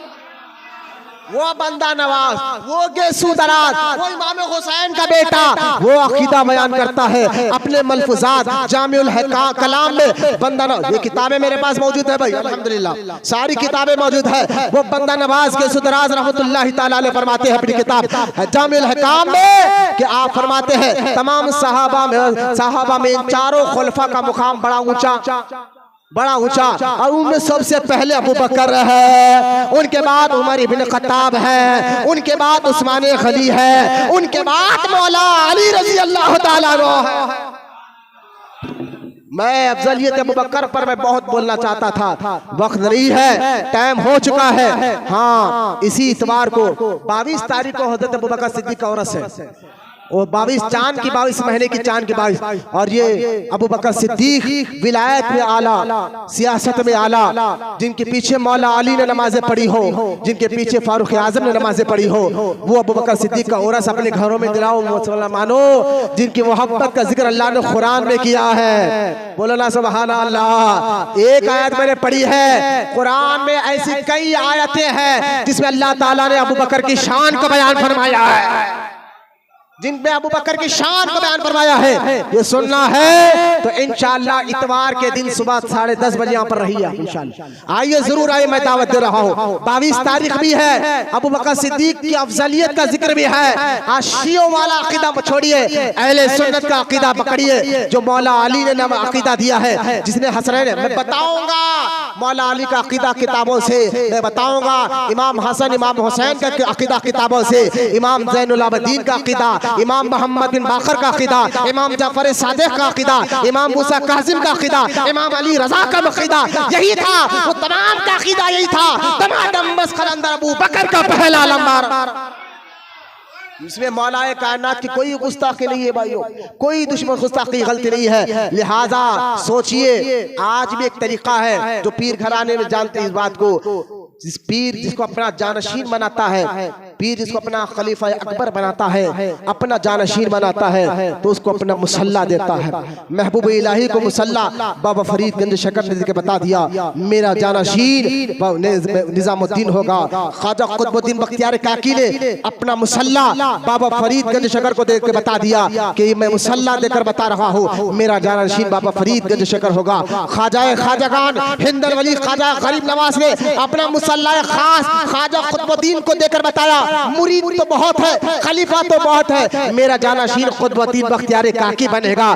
पता क्या चला, जब पीर अपना खास जानशीन सज्जादा नशीन किसी को बनाता है, अपना मुसल्ला उसको देकर बता देता, लोगों मेरे बाद इसका मुकाम है, ये मेरा जानशीन है, ये मेरा सज्जादा नशीन है। ये मिसाल मैंने इसलिए दी है। अब मुझे बताओ, मेरे आका सल्लल्लाहु ताला अलैहि वसल्लम ने अपना मुसल्ला अबू बकर को देकर क़यामत तक के मुसलमानों को बता दिया, मेरा जानशीन अबू बकर है, मेरा जानशीन अबू बकर है। जिसको मुसल्ला देकर बताया हो उसका नंबर पहला होता है, वो खलीफा अकबर होता है। वो जाहिर में बातिन में कुछ नहीं, वो जाहिर में भी खलीफा होता है, रूहानियत का भी बादशाह होता है।